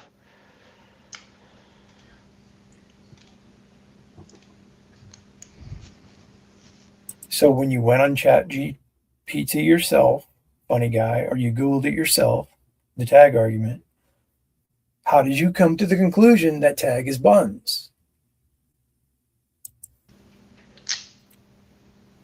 Right? Like, Okay. do I want to like have a conversation with ChatGPT? Do you want to know You the run truth? tag. Why are you looking up your answers? Because you're asking like dumb questions. These are these are the foundations of your argument. These things have to be true for your argument to even be valid. Yeah.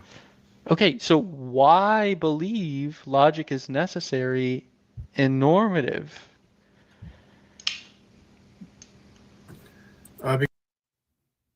What kind of question is that? Why believe? It's a separate question, is it not? It's just stupid. It's like it's hard to answer because it's so dumb. Well, it's a convince me question, right? It's so dumb. But think about that. That's their whole game. Convince me. Why should I believe that? But I mean, it's a terrible use of this when it comes to logic. But that's Because why. you deny That's it, why presupposes it, tag. and it relies Do on you it. think? Sorry, what? Tag is anti-skeptical. I remember I've said that before. Yeah. So that whole game is to just be skeptical. So when you run an anti-skeptical argument, and they have to, that's why they never want us to give their worldview, right? Because all they want to do is be skeptical. Right. So as you work out the subtleties, like you keep stopping me and laughing and implying without outright saying that there's problems, something's wrong, something's amiss. Like he's holding the standard. That's his worldview, right? But he's hiding it. So at some point you just say, what is the laughter about? What is the skepticism about, or the implication that there's something wrong here? You're going to have to hash that out, because it's been a half hour and you're just trying to scribble questions down regarding answers. Yeah. He's thinking he's going to this is what they do on TikTok, the atheists, a lot of the popular ones. They'll bring up this and they'll write down the argument, and then they'll point out a flaw in the argument.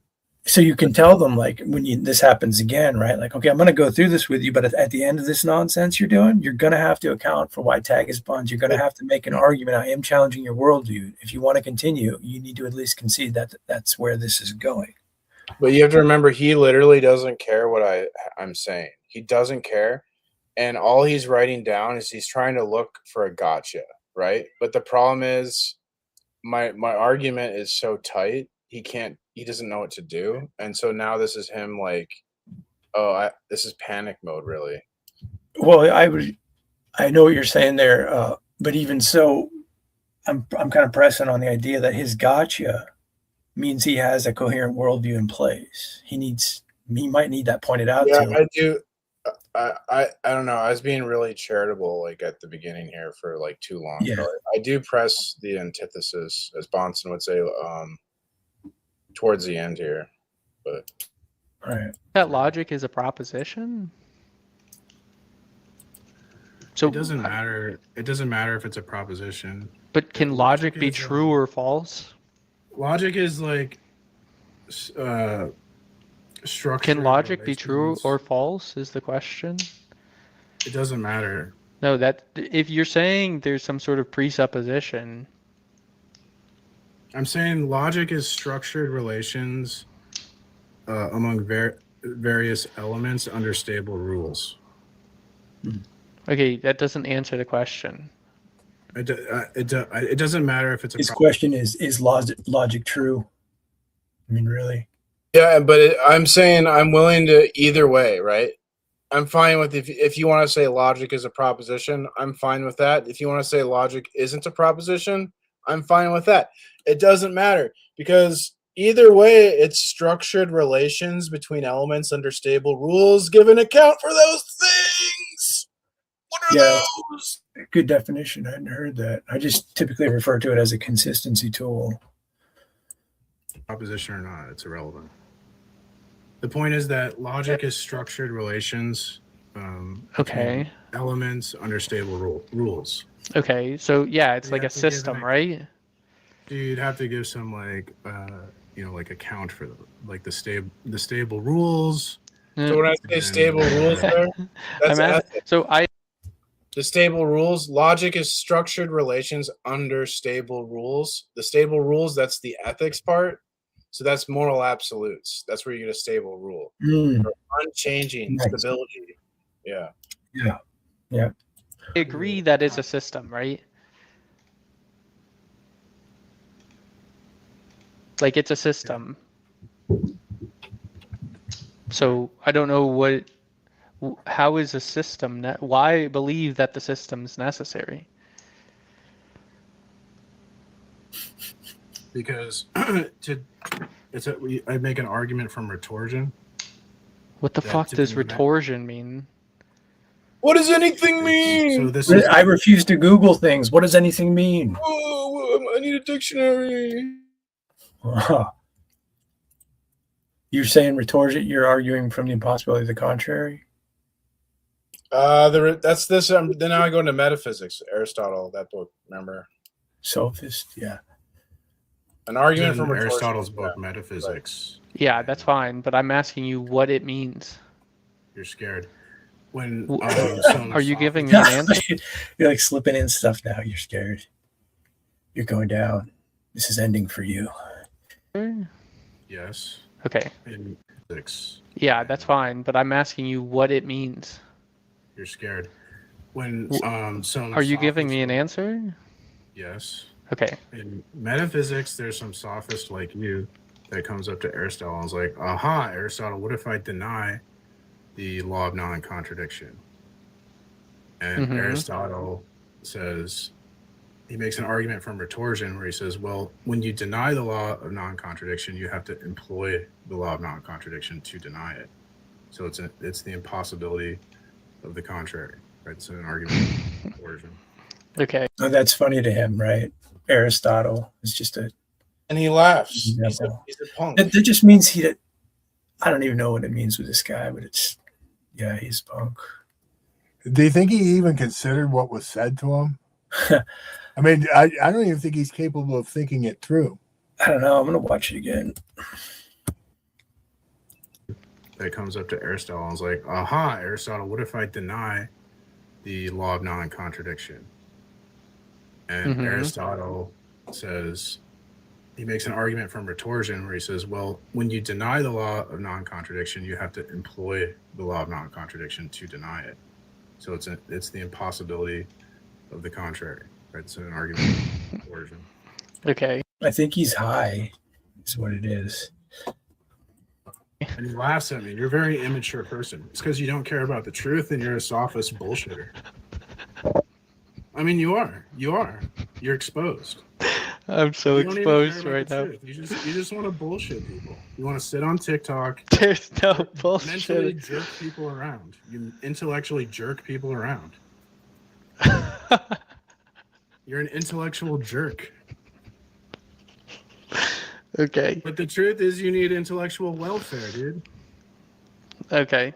Well, let's just, I might even, like, just for the sake of the argument, let's just concede, right? Let's just concede that the law of non-contradiction is metaphysically necessary, right?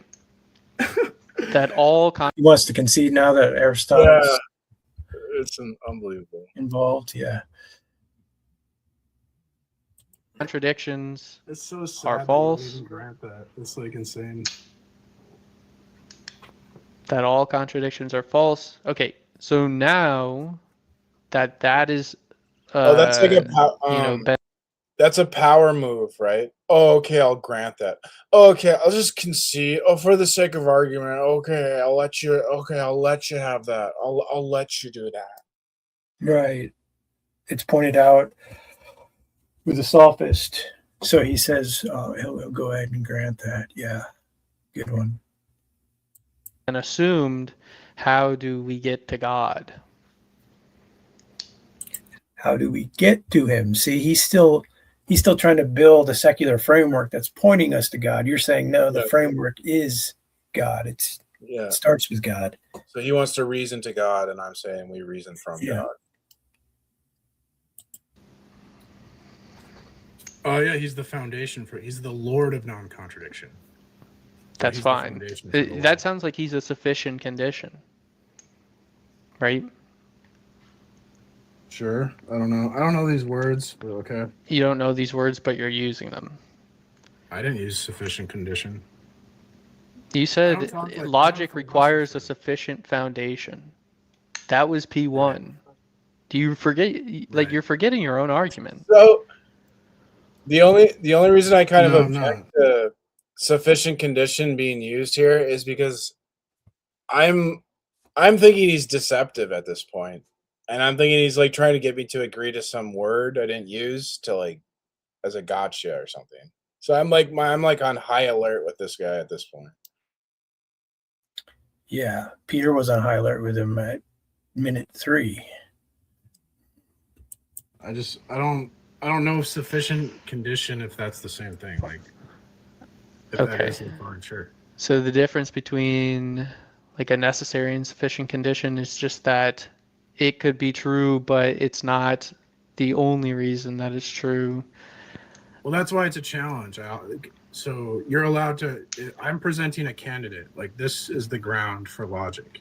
Okay, but doesn't Tag say that he's the necessary presupposition or precondition? Well, that's after, but Tag is making 2 arguments. So the idea is that I would assume your metaphysics or whatever non-Christian metaphysics, and I would say we can't ground logic given these assumptions. And then I go, but if we assume Christian metaphysics, now we can ground logic.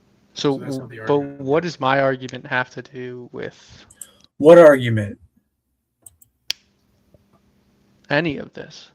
Right? If that's my options hold on, let's just say, what if we just actually conceded, right, and said It's like, oh, what does my argument have to do with anything? That's what do you mean? I haven't heard it yet, dude. But it's literally a part of my argument. Like, what are you talking about? Of course it's incorporated. Like, why can't I incorporate your view into my argument? What's stopping me from doing that? Yeah. that my worldview is wrong? Does it make yours correct? Or like Yes. the right one? Oh, it does. Yes, because if I provide a candidate that grounds logic and you don't provide a candidate, then it would follow that yeah, mine is correct. That's like a basic debate right there. Like, they act like if they were to read that on paper, like candidate A provides a foundation, reasons for their argument making sense. Candidate 2 doesn't do that. They would look at that and go, well, yeah, candidate one is obviously the one who won this debate. But when it comes to Christianity, they all of a sudden can't reason in such a fashion. Like, if we compared the geocentric candidate to the heliocentric candidate, you know? Yeah, right. Then they'll be fine with that logic.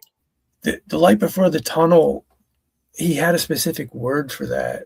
He pointed that out a few weeks ago, which, interestingly enough, he's a presuppositional flat earther, which is weird. But he was pointing out, I can't remember the term, but he's saying when atheists argue, they argue without emotion typically, and focus primarily on logic. But when it comes to arguing Christianity, they change that. They deviate from their normal system, and it comes out within the argument, within the emotion that they bring forward. So sometimes I think you have to map them back to like the basics. Like, if I have an objective principle in place, I know you don't agree with me, but that is my argument, and you don't have that, I obviously have a stronger argument as far as the validity of the argument, right? You can challenge the soundness of it, but the structure of an objective moral or an objective reality versus a subjective one is obviously going to be a stronger argument. You see if you can get them to agree to that, because they have this reflex not to. But in other arguments, they would say, well, yeah, the objective one would obviously be the stronger one. I wrote that down. When atheists argue topics that are not Christianity, they're able to take their emotions out of it and be rational. But anytime they debate Christianity, it's all emotional. Yeah, that's the idea, right? No. Okay, so like if I like, let's just take a hypothetical, right?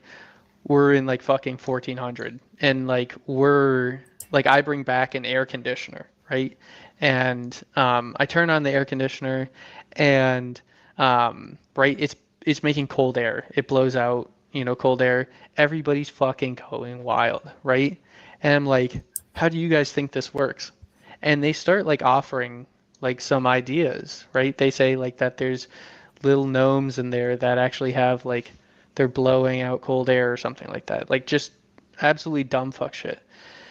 Yeah, that's the stuff that you can't refute. The stuff you're calling dumb shit, you can't even actually refute. That's what Pre-Mars is trying to get to, but you're jumping to these hypotheticals of 1,400 air conditioners with gnomes in it, dude.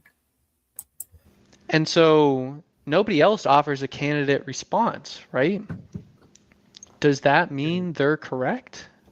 If we're talking about the absolute, it would. If we're talking about like a non-absolute, then no. Okay, so Because the way the absolute is, there's only one.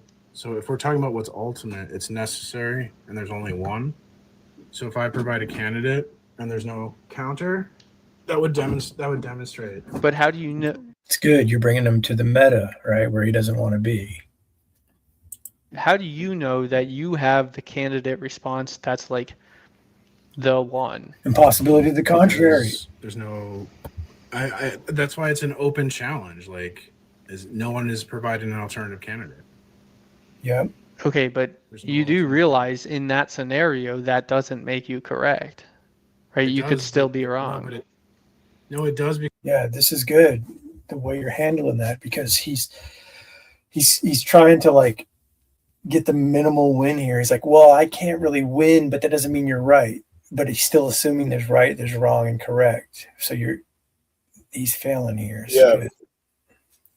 Because of the nature of what an absolute is, because there can only be one, and it's necessary. So if I provide a candidate, yeah, you're not getting this. I don't think that you're getting this. That what I'm trying to say is that like if my candidate fails, it doesn't make yours correct because your candidate could also be wrong. It demonstrates the conclusion of the argument. It does. You're wrong. Okay, but is that the only possible explanation? Yeah, because there's only one app. the exclusivity of the tag argument is just grinds them. You know, They don't get it. it pisses them off that someone would be that exclusive. It's like there can only be. We don't have to go to like every. I don't have to show you every mountain peak to show that this is the highest mountain peak. Because there's only one mountain peak. There's only one highest mountain peak. Yeah. Absolute. Okay, you do realize that it's logically possible that like a naturalist conclusion can account for this, right? Provide it. Or is that logically impossible? Provide it. We want to talk about what could be the case. What is your worldview? What is the case? Watch what I do here. Watch what I do here. All right. Because the absolute determines what's possible and impossible. So to even talk about possibility, you need it to stand upon an absolute. I don't know what that means. No, I genuinely, you're kind of just gibberating right now. No doubt you don't know what it means, slow boy. Maybe you should take epistemology metaphysics off the screen next time. You see how I sprung the trap there? That was pretty good, I thought. Yeah. Possible and impossible. So to even talk about possibility, you need it to stand upon an absolute. I don't know what that means. I genuinely, you're kind of just gibberating right now. I'm not gibberating. Like, what is the arbiter? Like, who decides what's possible and impossible? Because I'm saying that's what Jesus does. Jesus is the arbiter. He decides this is I know possible. that's what you believe. Right. So if you reject that, you're saying an alternative claim decides what's possible and impossible, because you just made a claim about possibility. Yes. So in your model of reality, you have nothing that does determine what's possible and impossible, meaning that you have to your view is parasitic on my view. I know that's what you believe. No, that he's correct. Whatever your name is. And he's waiting for you to provide an argument against his claim. He's making a hard claim against you. And all you're doing is saying, I know that's what you believe. Time to express the worldview. Why are you hiding it? How is it not? How am I wrong? Right. Well, you're just asking me what my worldview is now in an attempt to give me. No, it's not an attempt to do anything. You're positing your worldview in a way that's not explicit, that you're implying that he's saying things wrong and doing things wrong. And now he's asking you what it is, what your argument is, dude. I'm being bad faith, right? I'm the he's trying to He's trying to reverse this whole thing. It's like, okay, I've spent 40 minutes with you. Do you have an argument to the contrary? Some run for my money, right? And that's why I brought up the idea of the damn air conditioner, right? Like, it's quite logically possible that there are gnomes inside the air conditioner that are fucking blowing. What's your worldview? I want to talk about gnomes in an air conditioner from the 14th century. Cold air, right? No, you're not getting this. But the word. Why won't you address what I just said? Right? It's why won't you address him? Right. Why won't you take the gnomes in my air conditioner seriously? That's logically possible. That's not. You're talking about a surface level issue, and we're talking about trying. I promise you, this is good point. Good point. Surface level issues, not fundamental, paradigmatic level issues. I'm just parodying the argument. Does the gnome determine what's possible and impossible? In an ultimate sense of an everything. I don't know what's the relevance of that. Because that's what we're talking about. You use the word possible, right? And I'm saying that word possible belongs to Jesus. That's his word. So if we take your claim to the metaphysical bank, you couldn't cash the claim without committing absolute. When I said that word belongs to Jesus, he laughed. That's great, though. That's what I'm talking about, because the Bible said so. Like, this is the type of guy where you need to say that stuff to get him to laugh, so you can go, okay, well, what's the argument against it? Which you've already asked him multiple times. Possible, right? And I'm saying that word possible belongs to Jesus. That's his word. So if we take your claim to the metaphysical bank, you couldn't cash the claim without committing absolute identity theft. Identity theft. Yes, you are committing absolute identity theft when you talk about possible. That's cool. You've sort of reworded the whole idea of borrowing from the Christian worldview there. That's cool. Who'd you get that from? I made that one up. Oh, cool. Nice, man. And impossibility, because you rely on Christian metaphysics. Why should I believe this? So now it's again, right? Convince me. He wants to go back to convince me. That's not what we're doing here. Because the impossibility of the contrary. You have no alternative candidate that can arbitrate between possibility and impossibility. What's the argument that naturalism is impossible for this challenge? I'm giving you the argument. Your model of reality. No, you haven't told me anything about naturalism. How many arguments? You're supposed to tell him about naturalism? Oh, my Lord. You got to do all the work, Puma. I have naturalism now. You have to give him his world. You have to extract it out of him. You have to walk him through it. You have to do all the work with these guys. I like that, the way you posted that video, like Darth. It was something like Darth does all the work, right? The same idea.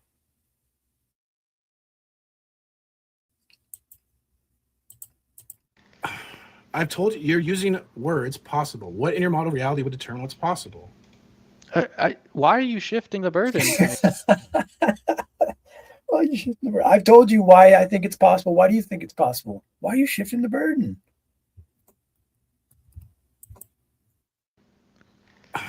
I've told you, you're using words possible. What in your model of reality would determine what's possible?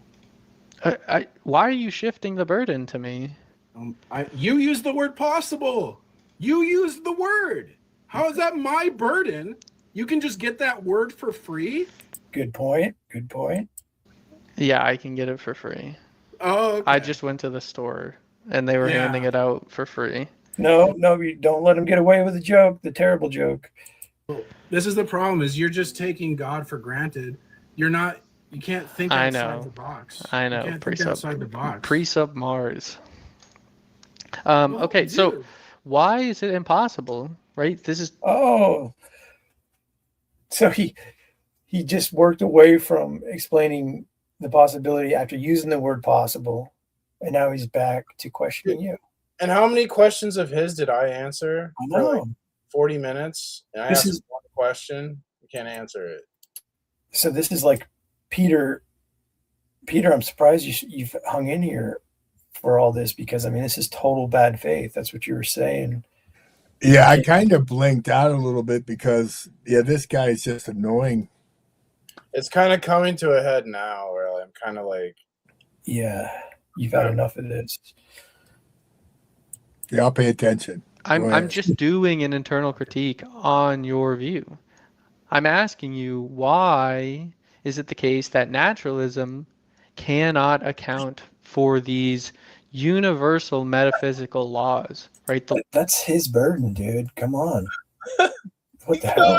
He goes, I'm doing an internal critique on your view, and then he starts talking about naturalism. What the fuck?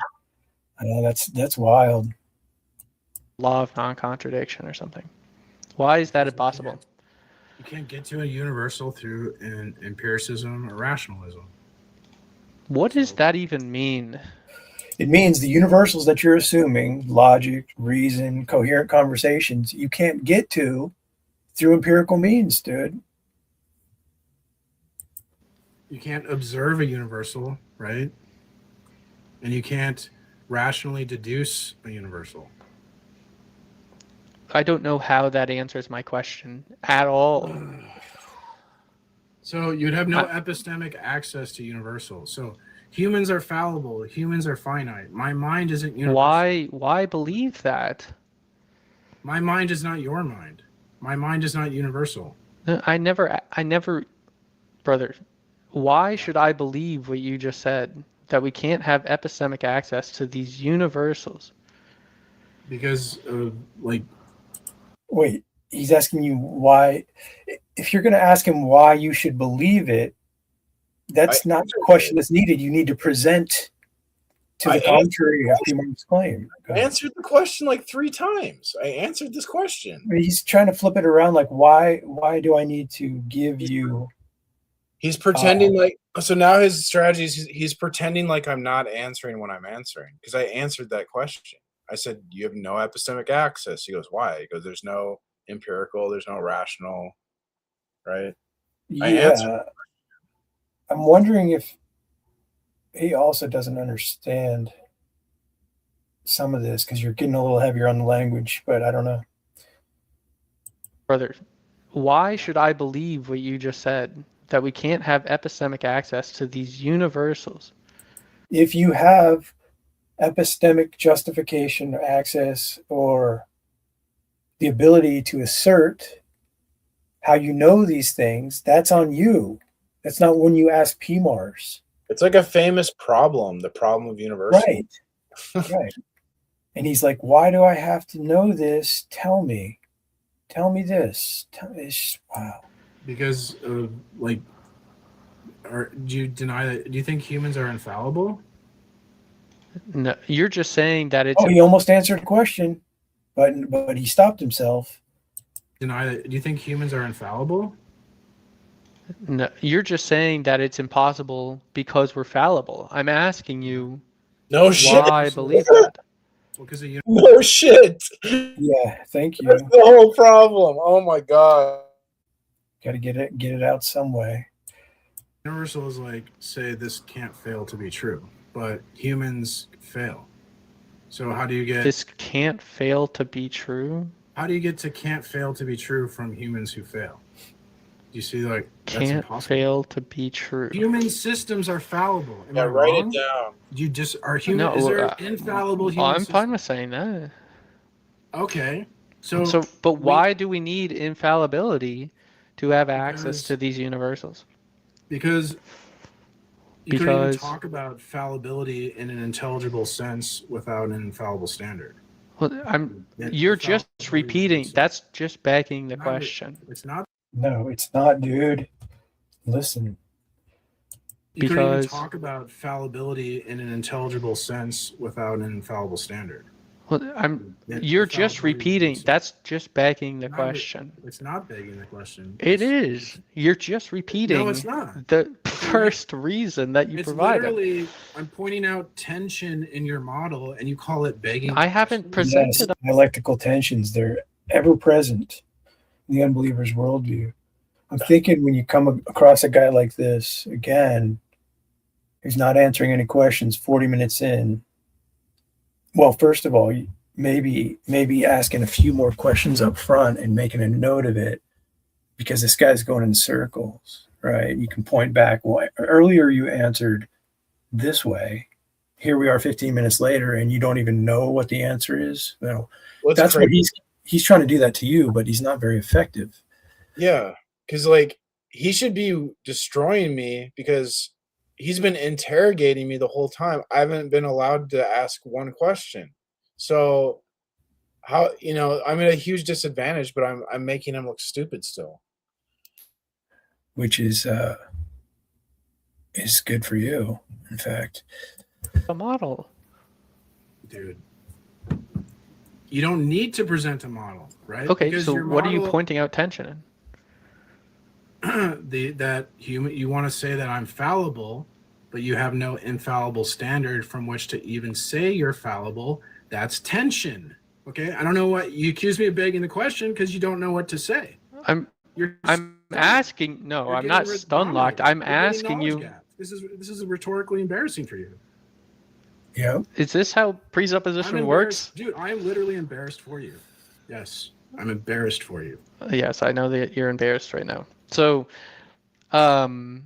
so when I, ask you, where's the impossibility of a fallible being having access to these universals, and you just say, well, you're not infallible, that's trivially true, right? I agree. But what is the impossibility? It's clearly the case that if that were true, that if there was a possible world where I had access to a universal as a fallible being, that there would be some contradiction, right? I pointed it out. So what's You're fallible, universal's infallible. That's what I said. Jeez. Yeah. Contradiction? Do explanations? Well, why are you asking me a question?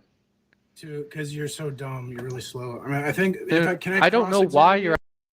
That's a good point, though. When you want to move into asking questions, you can say, because I've explained it in multiple ways, and it doesn't seem to be getting through, and I'm going to stand on that point, unwavering. So if I ask you questions, it might help me navigate how you think about these things.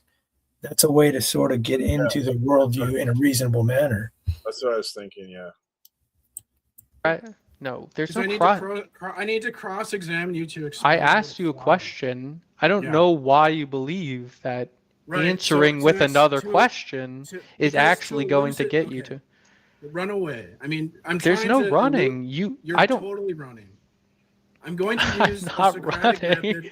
You're a really slow person. You're being. I know you believe that. I know you believe that. You haven't been able to substantiate any of your claims today. So why believe that I'm a slow boy? If you allow me to cross-examine you, I will. No, there's no allowing you, brother. Okay, you want to let me cross-examine you? Well, I'm asking you for an answer to the question. Yeah, well, I have to. Is there going to be an answer to the question? If I cross-examine. So yeah, that's kind of what you're doing there. You're saying what I was pointing out. I think the cross-examine is intimidating, a more intimidating way of saying it, though. But that's the same idea, yeah. Yeah, it'll expose. No, I don't need to be cross-examined. Presumably. Oh, he doesn't need to be. Okay, so that clears it up. My worldview has no bearing on whether you have an answer to my question. It's funny how they want to like remove their presence from the interaction. My worldview has no consequence on this interaction that I'm having with you. It's authoritative too. Well, yeah, but it's absurd at the same time. It's like, oh yeah, I'll just pull myself out while you talk. The debate about worldviews, my worldview doesn't matter. Yeah, totally, dude. Well, you could go with that and close it, right? Oh, okay. Well, your worldview doesn't matter, so I guess we're done. Dude, I should have said that. That's hilarious. Okay. So I'm waiting for the answer. But why can't I cross-examine you? You're not answering my question. Because I don't think you've been asking questions and you're just getting more confused. There's no confusion here. You're really. I mean, slow. At least on my side. There is. You're massive. Let me ask you questions. No, there's no. Wah, wah, Oh, here comes the crash out. I'm crashing out. You won't even let me cross-examine you. Why won't you let me cross-examine you? Because it has no bearing on your answer. This is unfair. You're bad faith because I've answered your questions. You're bad faith. So if you want to take that route, it has no bearing on the answer. You say, well, okay, since you made a claim in the positive, you don't want me to do something because it has no bearing. Let me try it. And then when I do, you can point out how what I'm trying to do based on your worldview has no bearing. He's kind of opened the door there. But just they make so many claims all the time. You know what I mean? Look, I mean, 45 minutes of answering his questions. You won't answer one question. This is complete bad faith. Yeah, it's so bad faith. It's so bad faith. Definitely. I know why. It's because you don't care about truth. You're just committed to your sin, and you laugh. Can we just get the answer to my question? So they're very happy with getting you emotionally marginalized. Very excited about that. That's Darth's, that's the whole story of Darth Dawkins up to this point. Like Darth, for those who can understand what he's saying, is dominating the atheist community, but as far as the atheists are concerned, like he's done nothing. So the marginalization, they're going to be very happy with that. But I can understand after 45 minutes of this guy, I don't think it would have lasted this long. Can we just get the answer to my question? Listen, I've answered a lot of your questions. No. I've tried to be good faith, and we're not getting anywhere because you're slow boy. So let me cross-examine you, slow boy. Okay? The crash out. Holy fuck. How am I crashing out? I'm just asking to cross-examine. You've been cross-examining me. We've been in the middle of your argument this whole time. You don't get to take a break. You don't get to take a break from my interrogation and ask me a question. This guy. This is bullshit. I know. I'm being so unfair right now. Do explanations relate one fact to another? Yes or no? Listen, you've been making an argument this whole time. We don't get to pause from your argument to start asking me about my fucking worldview. But right? You have no authority to say that. Do explanations blah, blah, blah, blah, blah. What? That's what you're doing. You're just going na na na na boo boo. I'm just expressing my annoyance. It's just so annoying. Yeah, it's something else, man. Do explanations relate one? I got your nose. Yes or no? Can you answer my question? If No. a fallible Can you answer my 121st question? I don't want to answer any of yours. Come on, dude. I already answered this question that he's asking. I already answered it. Yeah, you've answered his question in multiple ways. And you're trying to say, dude, you're not understanding. Let's try something else. if a being is fallible, why is it impossible that I have access to these universals? Do explanations That's the relate? question. Do explanations? Mr. P. Mars, we're going to be waiting for the answer to the question.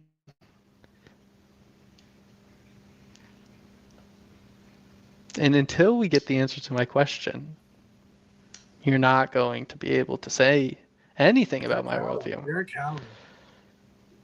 Are you going to start dodging like it's your job? I answered a million. Wow, a lot of projection there. You're not going to be able to say anything about my worldview. He's not able to say anything about his worldview.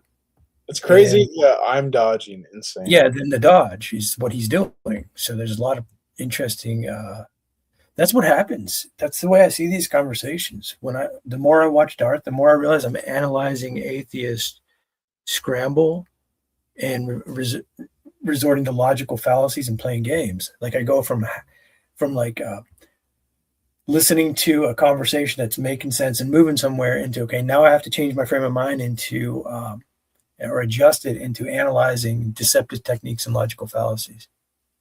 It's wild. And I mean, that's what's happening now. Like, I'm just thinking, what is this guy doing? Because he's not trying to get any actual answers.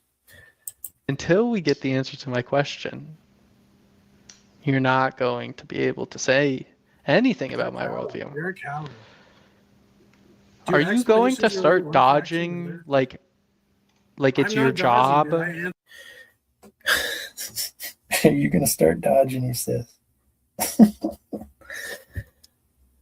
Answered a million questions. Stop being a coward. The Dodge Do explanations relate clocking one into fact to Dodge another? Donalds?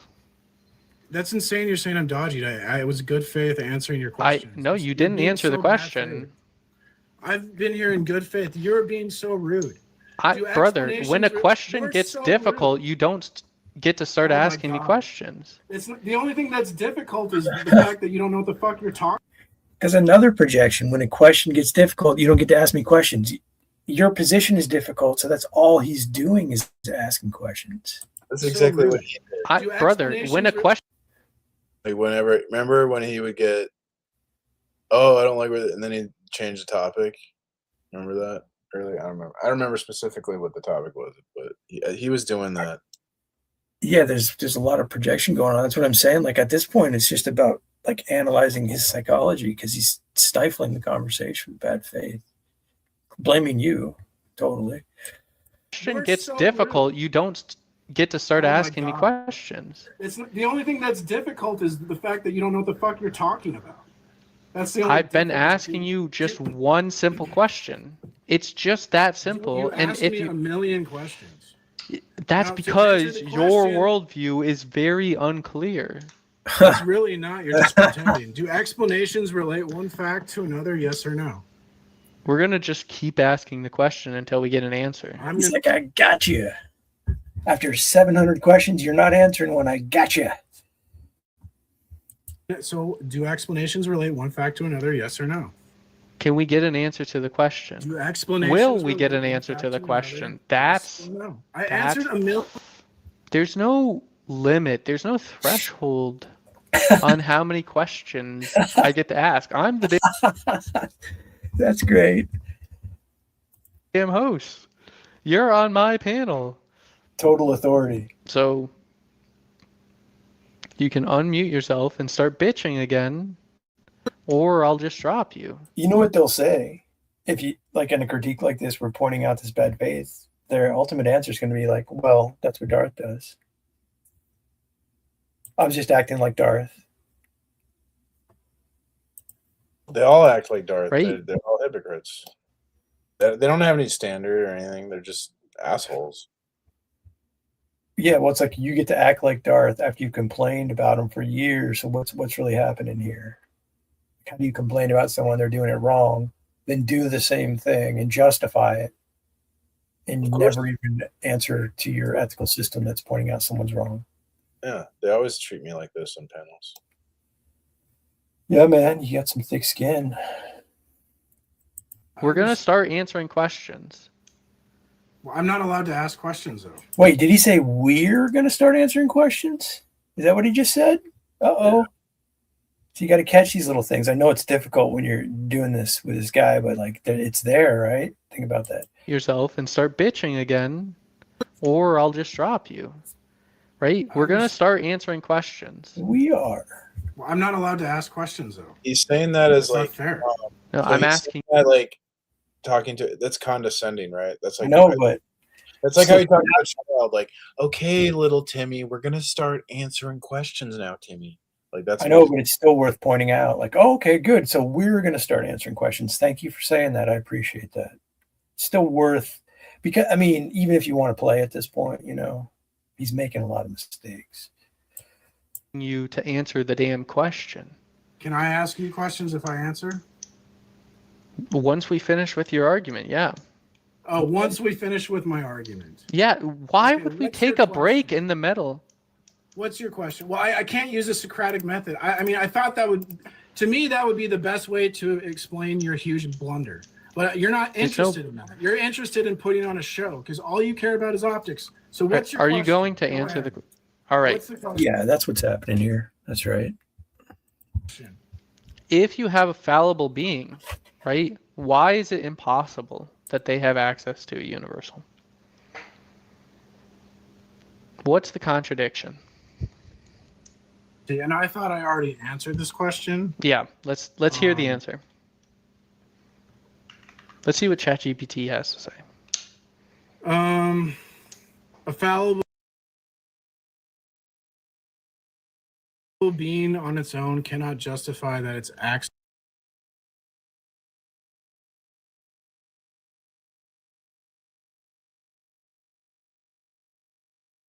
to universals is universally true and not mistaken. You're just begging the question. Okay. You've just repeated ask your questions now? claim. No, because you didn't give me a valid answer. You just A don't like non-question begging answer. Yeah, I can't give an answer because you say You so. can't give an answer? Who made you the rational authority? There's I no think the such thing as a... There's no such thing as a rational authority. Then why are you making authoritative claims? I'm asking you for a non-question begging answer, right? So do you ever pivot and like, do you ever pivot here to like him explaining what's wrong with question begging, just to get him out of this whole "you're going to answer to me" thing? That's exactly what I'm doing. Okay. Yeah, but Is that too much to ask for? well, why can't I beg the question? Yeah. If there's no authority, It's like, oh, it's so obvious I don't even have to answer. if there's no authority, then I should be allowed to beg the question, right? There's nothing that obligates me to reason consistently, is there? What's the obligation? Haven't you committed yourself to the laws of logic? No, I'm not going to grant you that. Okay, so I mean, you said that they're universal in your worldview. Isn't it funny what he's trying to do here? He's like, oh, I'm not saying you're wrong. I'm saying if I look into your worldview, you're contradicting yourself. It's an interesting pivot here, because what gets interesting is when you say, oh, so if I want to be contradictory and have no authority and no ultimate standard for rationality and coherency, I should jump on your worldview, because it seems that you're promoting an internal critique that says I'm inconsistent in my worldview, so I should jump over to your worldview and I can do whatever I want, which is it's sort of like you're pivoting there. But if you point that out to them plainly, it might be interesting, because you're exposing the, you know what I mean? They're exposing their worldview. Oh, so you're admitting contradictions only make sense on Christianity? Yeah, right. Right. So you can't deny them. Dude, you are the one making authoritative. You're saying I can't make a question-making argument. Right? You said that. This is based on your own worldview. You can't do that. Dude, you said I can't make a question-begging argument. This is your argument. Is that? Can I make a question-begging argument? And then he laughs at me. You're so immature and rude and bad faith. Yeah, that's stupid for him to like laugh about it and act and imply that it's wrong and then not even be able to answer it directly. He doesn't know what he's doing right now, except don't answer a question, don't answer a question, don't answer a question. Like that's where his mind is. Can I make a question-begging argument? And then he laughs at me. You're so immature and rude and bad faith. Okay. You're not even good at this. Can I make a I've gotten you to start crashing out. I feel like I'm pretty good at this. Am I obligated? Oh, there's another reveal. This is just yeah. This is just another example of the atheist just raising the white flag and saying, "I will never discuss this." But I can act like a fool and take this hour and have my colleagues go, "Oh, look what a fool this guy is! Look how he crashed out," and that's the only takeaway. It's literally an hour of him waving a white flag. He looks like an idiot. It's just like, Pine Creek does that same thing where he waves a white flag. It's just, they just wave the white flag on the main argument and just go all rhetoric and ridicule. Yeah, so he's happy with this. Atheists are happy with this. The sad part is a large percentage of them don't grasp the concepts. So they're victims of people. Maybe this guy, I don't know. He doesn't even seem smart enough to convince them. But yeah, I've heard you hold Serb to that. For instance. Yeah. You're saying like you know better, and you know that people like William or Halsey are listening to you like gospel and promoting your arguments, and you actually know better. You know you're misleading them. That's a good angle to take with him. he's morally bankrupt, and he'll actually tell you. That's the interesting thing about him. He'll be like, yeah, it's whatever I want. Yeah. I've gotten you to start crashing out. I feel like I'm pretty good at this. Am I obligated to reason consistently and not beg the question? Under your worldview, yes. No, it's not my worldview. Oh, you're just dropping your worldview now. Oh, okay. No, that's a great question about specifically obligation. Because if you can't get him to say that you're obligated to not beg the question, then what's the laughter about? What's the assumption that you shouldn't? That's a great way to put it. An obligation. They have no commitment to the truth. And yeah, Peter, you say that. No obligation, commitment to the truth. That's what it's all about. That's what they're hiding. It's so sleazy. You're so sleazy. I just want a non-question begging argument. Okay, but why can't I beg the question? Your worldview doesn't allow for that. Okay, but what if I change my worldview now? I just changed it. Now it Yeah. does. Now what? Okay, then you can. If you allow it, but then Then these you universals can. Excellent. Now you can. Yep. That was a good move. So when he's arguing with somebody else, begging the question is fine. Yeah. It's so absurd. Yeah, that's a good move. That's a reveal right there. Your worldview doesn't allow for that. Okay, but what if I change my worldview now? Okay, I just changed it. Now it does. Now what? Okay, then you can. If you Okay, allow then- it, but then these Okay, so we can- universals don't obtain because that's not the laws of logic. Now you can keep going too, right? Like, well, what if I want them to maintain as universals and suspend the laws of logic? You just keep going, which is moving towards pointing out the absurdity in the worldview by the way they respond to the absurdities I have an themselves. ever-changing worldview. It just changes to Yeah, counter right. what you say. I thought of that years ago when I was listening to Godless Girl and her epistemic nihilism, and she has been popping over here lately, weirdly, oddly enough. But I thought of the term epistemic oscillator. That's kind of what you're playing right now. You're like, oh, I can just change what is real or what I know at a whim. And it's funny because his answer is like, well, yeah, I guess you can if you change your worldview. That's great. My worldview is the worldview that changes into a defeater for whatever critique you're offering at that moment. Right. It's like the whole like I get to claim my own identity in politics, right? In the education system, I get to create my own pronouns.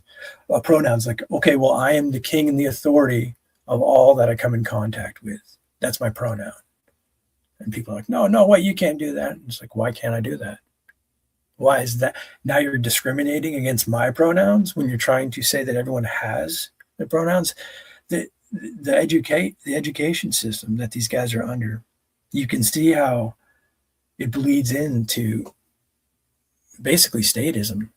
Is because they have no spiritual higher authority, man becomes the highest authority. So the rulers of this world, the men that rule this world, are who these people actually look up to in most cases.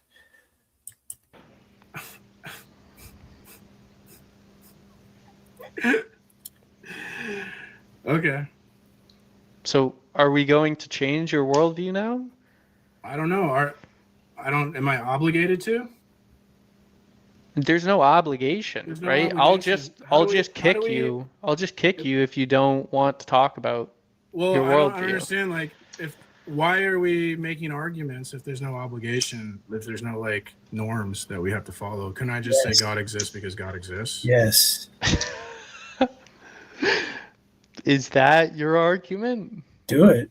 Well, why not? If you're gonna like allow Exactly.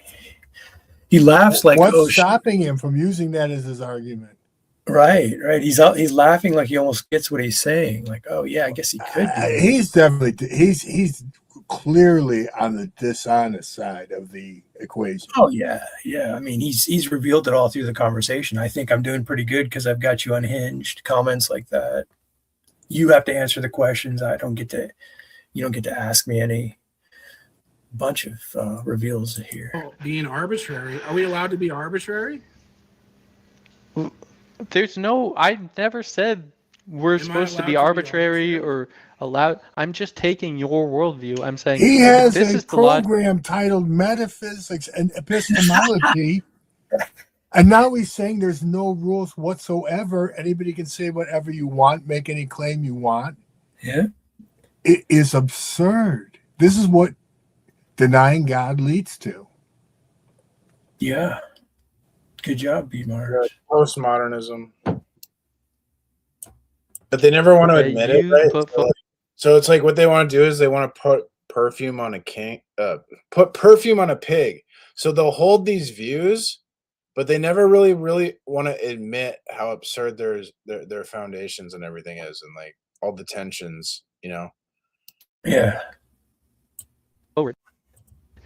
That logic says that there needs to be some validity, there needs to be some soundness to arguments, right? And a question begging argument is clearly invalid, right? Well, I don't see how you could say that. Yeah, right. You can agree with him, right? I think this is where you're going. He just contradicted himself. Within 2 seconds, he contradicted himself.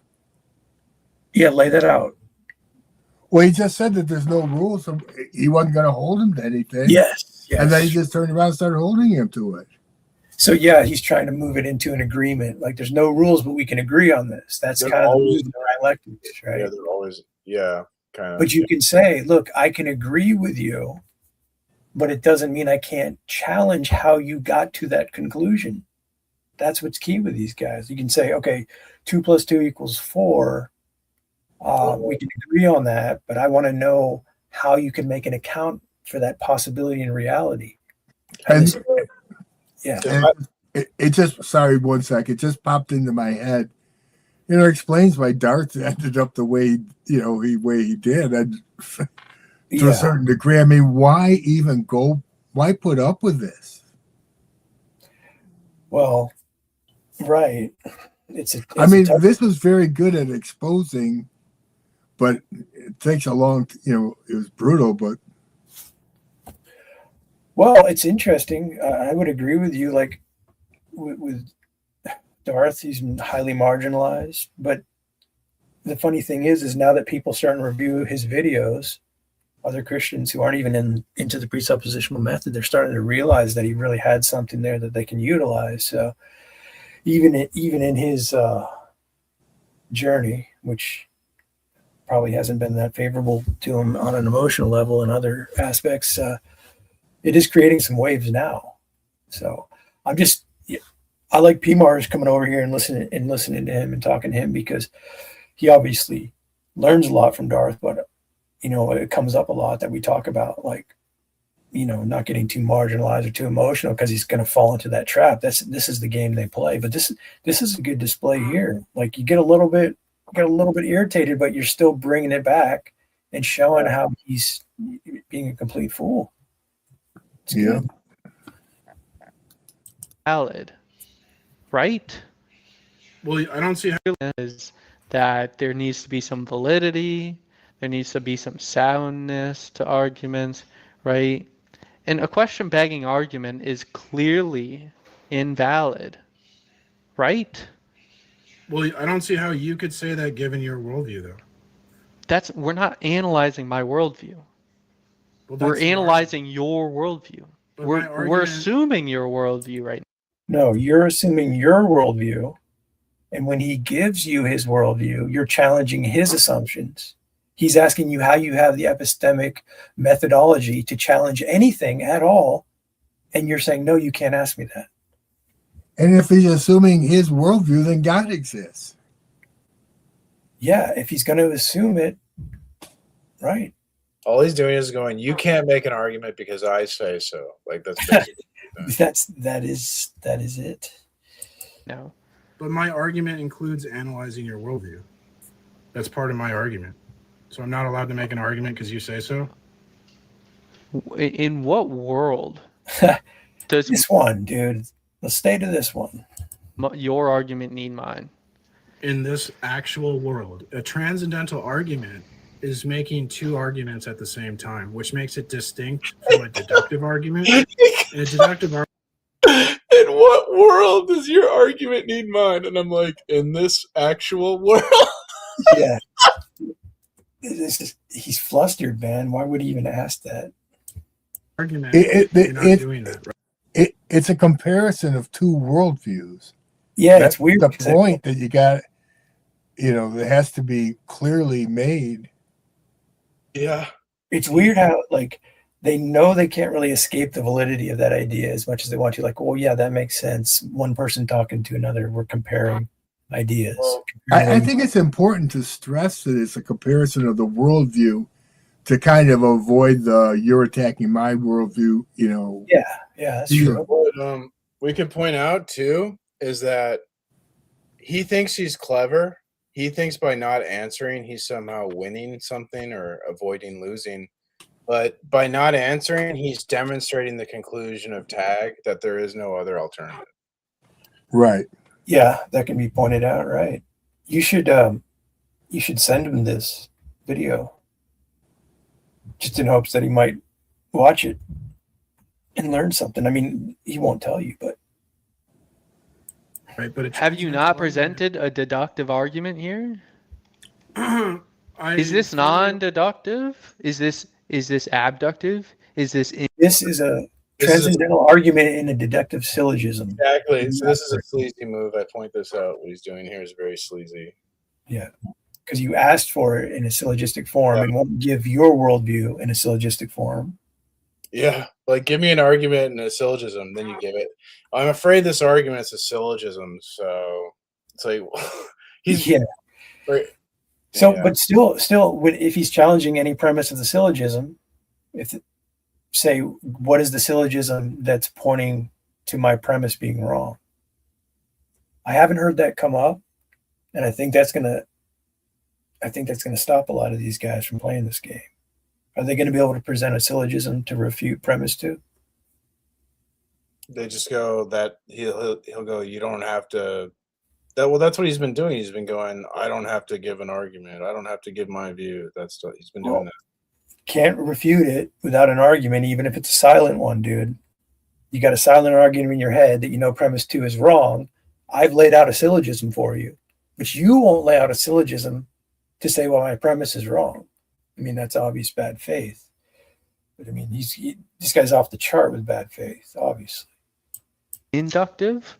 Question mark? Hello? This is a deductive argument. You forced me to put the argument into a deductive form, but it's a transcendental argument. So you want to throw away this argument and just go to a completely different argument? No. I mean, I could make an inductive Is it true that you said I evolved as a PDF file on December 26th? That's a I don't even care about philosophy. Is that? See, like that. When I say that, I'm doing a reductio on their view. Like, why would it be wrong? If I just evolved to be the way I am, why? Right? I'm born this way. How can you say it's wrong? That's a reductive view.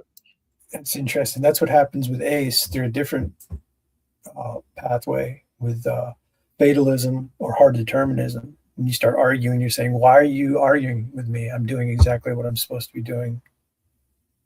It's interesting. Is that true? Did you say that? You're such a phony. Is it true that you said I evolved as a PDF file? PMARS December of 2025. Is that true? That's important to the truth of the matter, right? Well, I would. So with a guy like this in the future, like you say, okay, it sounds like you're implying there's something wrong with what I said. Can you clearly lay out what's wrong? Or can we just move past it and I'll assume you don't know what's wrong?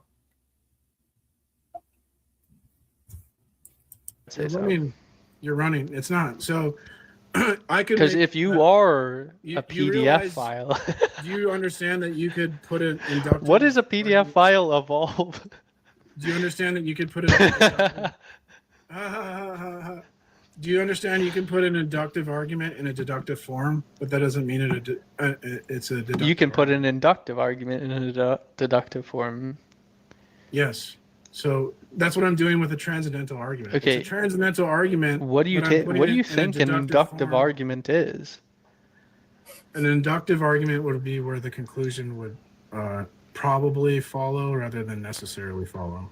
Okay, but it's not always in. Another way of pointing out an inductive argument is from the specific to the general, where a deductive argument is from the general to the specific. Right. Like deductive form, like it would probably be in like some sort of Bayesian. You could formulate an inductive argument in a deductive form, but that doesn't mean it's a deductive argument. So just because I take something a transcendental, like that's fine. Just because, oh my God, just because I take a transcendental argument and I put it in a deductive form doesn't mean it's a deductive argument. Okay, so are you saying that Christianity, what is the conclusion now? I'm saying, right? What is the, how does your I'm saying Tag is making two arguments at the same time. Because we're humans, we can only talk about one argument at a time, right? But in theory, we're trying to make two arguments simultaneously, where we make a positive case for the Christian metaphysics because we say Christian metaphysics can defeat skepticism, and then we couple that with the impossibility of the contrary, where we do a reductio on any non-Christian metaphysic fails to defeat skepticism. So that's how the argument works. And you're so immature. I know, bro. What is he laughing about? I know, right? He says, I know. I'm immature. I'm just going to go with it. I'm saying, I believe you. Shit. All right, so we're going to get back to the question. There's a fallible being, and you're saying it's impossible for him to have access to a universal, right? And I'm asking you, why is it impossible? Where is the contradiction? It's a performative contradiction. It's a performative contradiction. Okay, what's the performative contradiction? How a fallible mind justifies that it grasps. Its grasp is universally and necessary. That's just question begging. You're doing it again. It's not. What is this guy talking? So when Jordan doesn't know what to say to someone, he accuses them of question. Is it not? Yeah, that's true. He doesn't have that there. Come on. You're just repeating that they can't do it. You're just relying on optics. You have no substance. So he's using question begging optically. I'm sorry. Are you not just repeating? Are you not just repeating that? He won't even let you say what you're going to say because he's scared of it. It's impossible. You're question begging. So can I cross-examine you now, since you've been an utter embarrassment and failure at cross-examining me? Can I cross-examine you now? You little coward. Listen, if you don't answer the question in a non-begging way, I'm just going to kick you. And I'm going to give you, because we've been here for a while. I'm not going to lie. This live has been going for an hour. You joined probably 10 minutes in, right? So we're deep into this, and I feel like you're wasting my time. So I'll give you one last shot, right? I'll ask the question, and we'll write down the answer to your question, right? The question is, if there is a fallible being,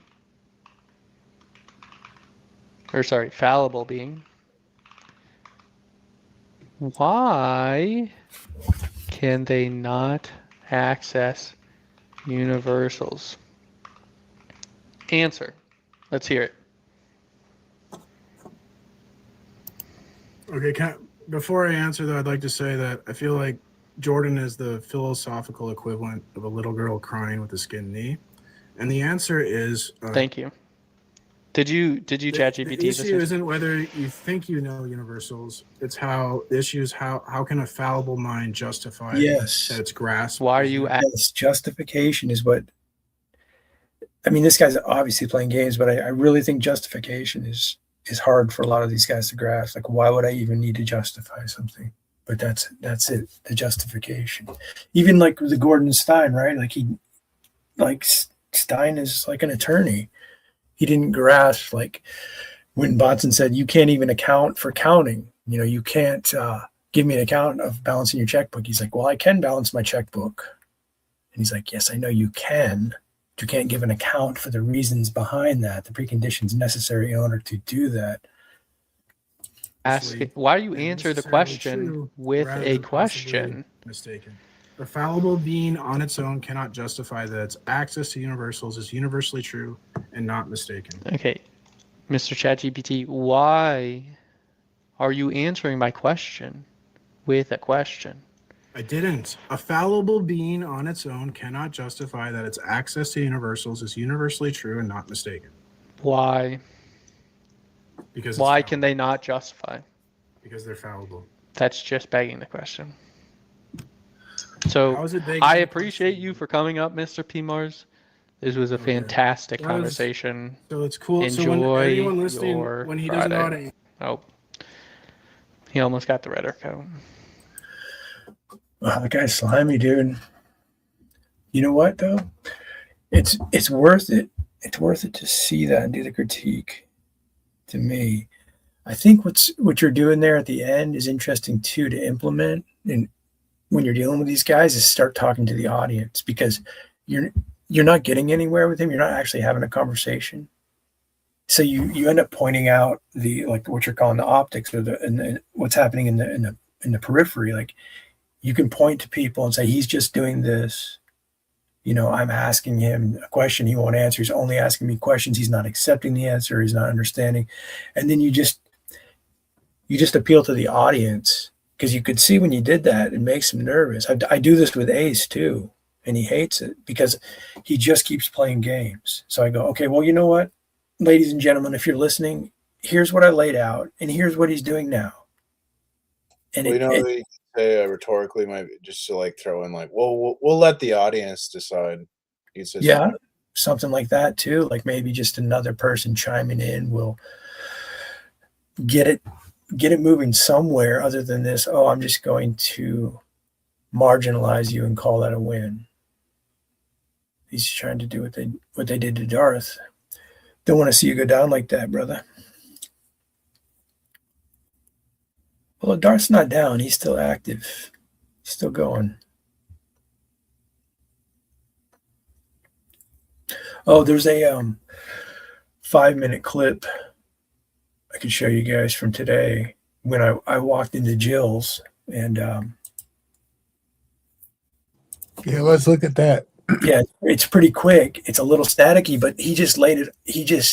He hung himself completely in each category: metaphysics, epistemology, ethics. Arguing against Jill? No, Jill was arguing with a guy who was claiming that he was God.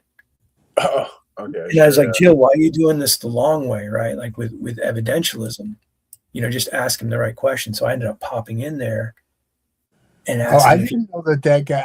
I saw a little bit of that, just a brief amount, but I didn't know he claimed to be God. I saw that Jill was talking to some guy.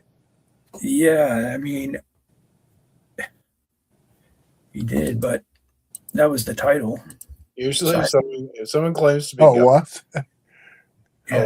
I wouldn't talk to someone like that usually, because that's pretty nuts. So I don't think there's no point talking to a crazy person like that. Yeah, I can't disagree with that. Let me see, where is this?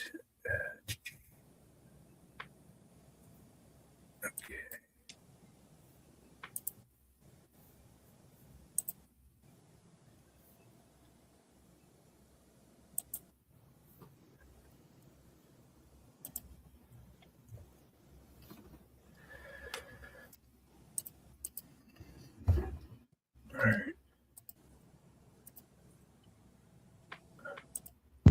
Anything else? I didn't hear that last part. Because you misunderstand.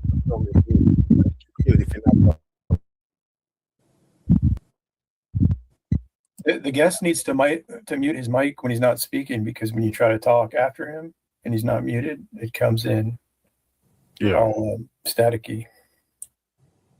Okay, go ahead and talk. See if it unmute. Yeah, no, I do apologize. The audio is all fucked up, so I do apologize for that. Why don't you use headsets? Why don't you just take your camera off and use headsets?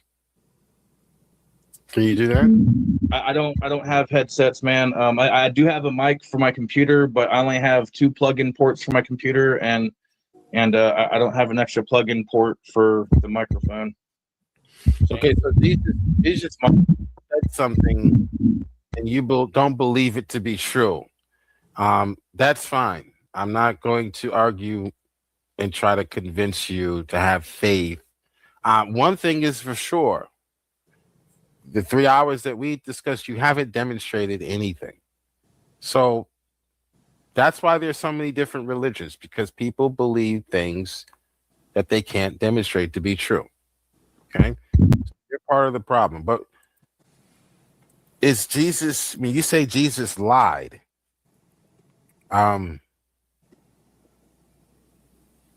You believe that you never lie? Is that you're better than Jesus because Jesus lied, you don't lie? I never said there's anything against lying, but Jesus and Yahweh did, as it's part of their 10 commandments. I'm not. That's an interesting point too. Are you not saying there's anything? Are you not saying there's anything wrong with lying? There's no such thing as sin. I'm not a sin worshiper. Oh, one of these, JG. Well, hold on though. If you don't, do you not think there's anything wrong with lying? Is that what you're just saying? You're trying to smuggle in some sort of objective morality. I do not believe in objective morality. Oh, great. That's perfect, because that means at any point in the conversation, you can be challenged on your position, moving it forward.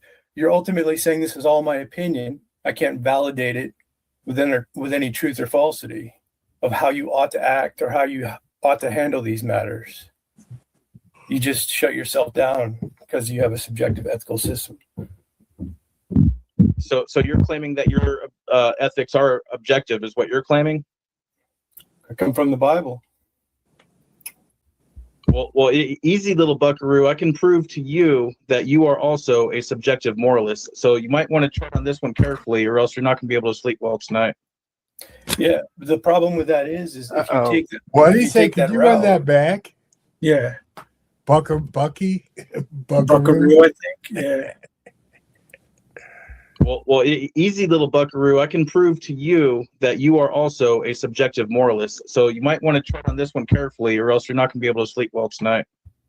Yeah, the problem with that is if you take that route, anything that you bring forward as truth is going to be based on your opinion of how to move forward and how to navigate that, which leads me to my next question. What is truth in your worldview? I will also say that there's no such thing as objective truth. So now you're really screwed. No, am I? Yeah, you really are now. There's no objective truth and there's no objective moral. So now you have figments that you imagine, and then an argument that you imagine to be what you think feels right. That's what you're going to boil down to. But would you do the same as every single argument presented? When you try to universalize this into everyone's doing the same thing, that's an epistemic claim that you can't justify. My delirium is strong enough. I can justify that. You can't justify everyone else's position. Through my subjective perception, I can project that upon everyone else and say that you're doing. You're projecting it. You can't epistemically justify it. Correct. You have a projection. So it's okay for God to kill. That's not going to help you. It's not going to help you to try to move into what God's doing. You just screwed yourself. You're saying you have universal knowledge through projection of what everyone else has or is capable of. You have a subjective ethic. You're trying to thrust your point forward, and you have no objective truth. This is nonsense. I never claimed to have any knowledge. Nothing can be known. I know. I believe you. I believe you. You just neutralized yourself from answering a few questions. My work is done here. Thank you. You're welcome. Stay beautiful. He doesn't know anything, but he's gonna. Yeah, he ended it with the cherry on top. He said, "And I don't know anything." I was like, "Oh my gosh, I got to get out of here. This is beautiful." That was wild. He went through it all in like 3 minutes. Ethical claims would just be like sort of his preferred imagination. There'd be no like objective content about reality that would make the claim true. Right. No truth. He threw out objective truth. He threw out objective morals. He tried to pull in universals. And then he said on top, I don't know anything. I was like, damn. That was kind of fun, but kind of quick. Yeah, that was quick. Well, I think I'm going to head off. Yeah, thanks for coming in. I hope you do again. I value your input. Yeah, thanks for having me. Good talking to you, P. Mars. Yeah, you too. I'm going to take off too. I'm tired, but yeah, that was fun. Thanks for coming. Thanks, P. Mars. That was helpful, man. You did a good job, man. I appreciate you doing that stuff. See, I've been working on my patience. Yeah. Well, it's not like I'm never going to be perfect, but you try your best, I guess, right? That was a rough one. Yeah, that was rough, and I think you did well, man. I appreciate you, dude. I'll talk to you. Take care. Bye-bye. Take care, guys. God bless.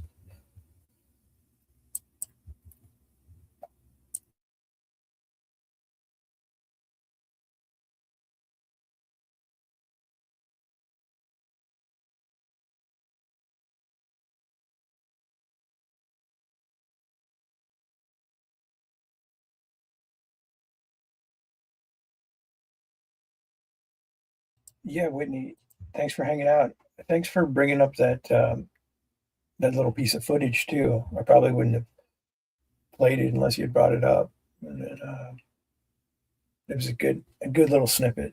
Thanks. Appreciate the compliment on that. Oh, what's up, Govin? Govin, I've seen you coming around here. Are you trying to learn more about challenging assumptions and presuppositions? What's your position, if you wouldn't mind giving some info? If not, I understand. I was just curious because I've seen you coming around here often. But Whitney,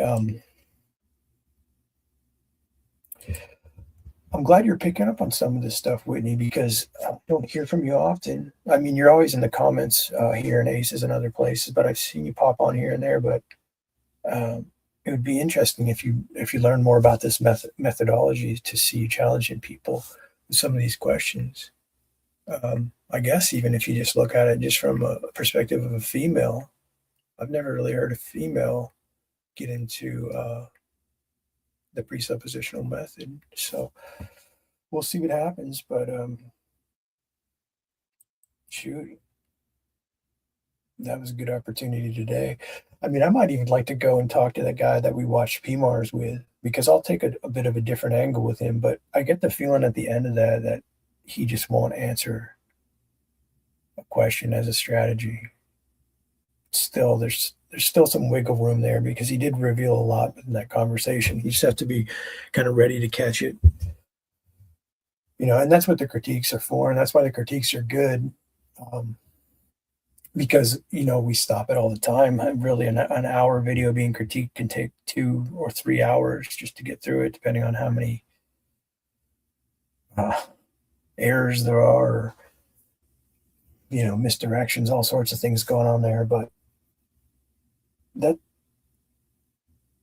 critiques are key at this point, I think, especially for this methodology, because so much gets lost in the conversation or ignored or just goes over people's heads. And dismissal is huge. Just want to dismiss it. But so I'm thinking like PMAR's engaging with that guy, like he did a good job. He was patient. He answered many, many questions. Got a little unhinged momentarily, but brought it back. That's what's key, is being able to bring it back. Calm down, maybe take a breather, say a little prayer, and just get back on point. Because that guy had nothing on PMARS. He was even saying, even within the video, he's revealing like, oh, I think I'm doing pretty good because I'm getting you unhinged. He said a different word, but Same concept. Like that's what he aimed to do. That's basically what he had. He's like, oh, I'm going to get this guy unhinged. But I was thinking, you know, if P. Mars goes in there, I know what it's like to get in conversations. Like even when you do a good job and you're dealing with someone in bad faith or he's just out to ridicule you, it feels kind of crappy afterwards. Like, you know, you feel just kind of like, I mean, at least I do a lot of times. Like you just wasted time, or, you know, you just got trashed on by some stranger who's not listening to you, pretending to listen to you, whatever it may be. But then to take it to some people that understand and critique it, you know, well, that can make it worth it, I think. At least I hope, you know. And we're learning from each other, like P. Mars and Peter and I, right? In doing that, like sharpening each other's ideas. Like we have a lot of the same ideas, but it's something about saying it a different way, perceiving it slightly differently, strengthens it, because we can all learn from each other. And people say like, oh, the presuppositional method, it's just, you know, it's so simple. It's just been laid out. It's been done. There's nothing new. Well, in a sense, that's true. And interestingly enough, that's the way truth works. It doesn't change. And it is simple. It's just convoluted, clouded by deceptions. My point there was hearing the same argument from a different perspective can be very meaningful to another person who's using that argument. Because I've learned a lot from P. Mars about saying things with a different articulation, maybe in a different way or at a different time. You know, and he tends to focus more on metaphysics, where I tend to focus more on ethics. So I think we help each other in those regards. But, you know, props to him for getting out there and just talking to anybody. You know, that takes some thick skin to do that. I just got to play a little more music, I guess, and, you know, let the stream end unless somebody pops in. But thanks for those out there paying attention. Thanks for the comments, Whitney.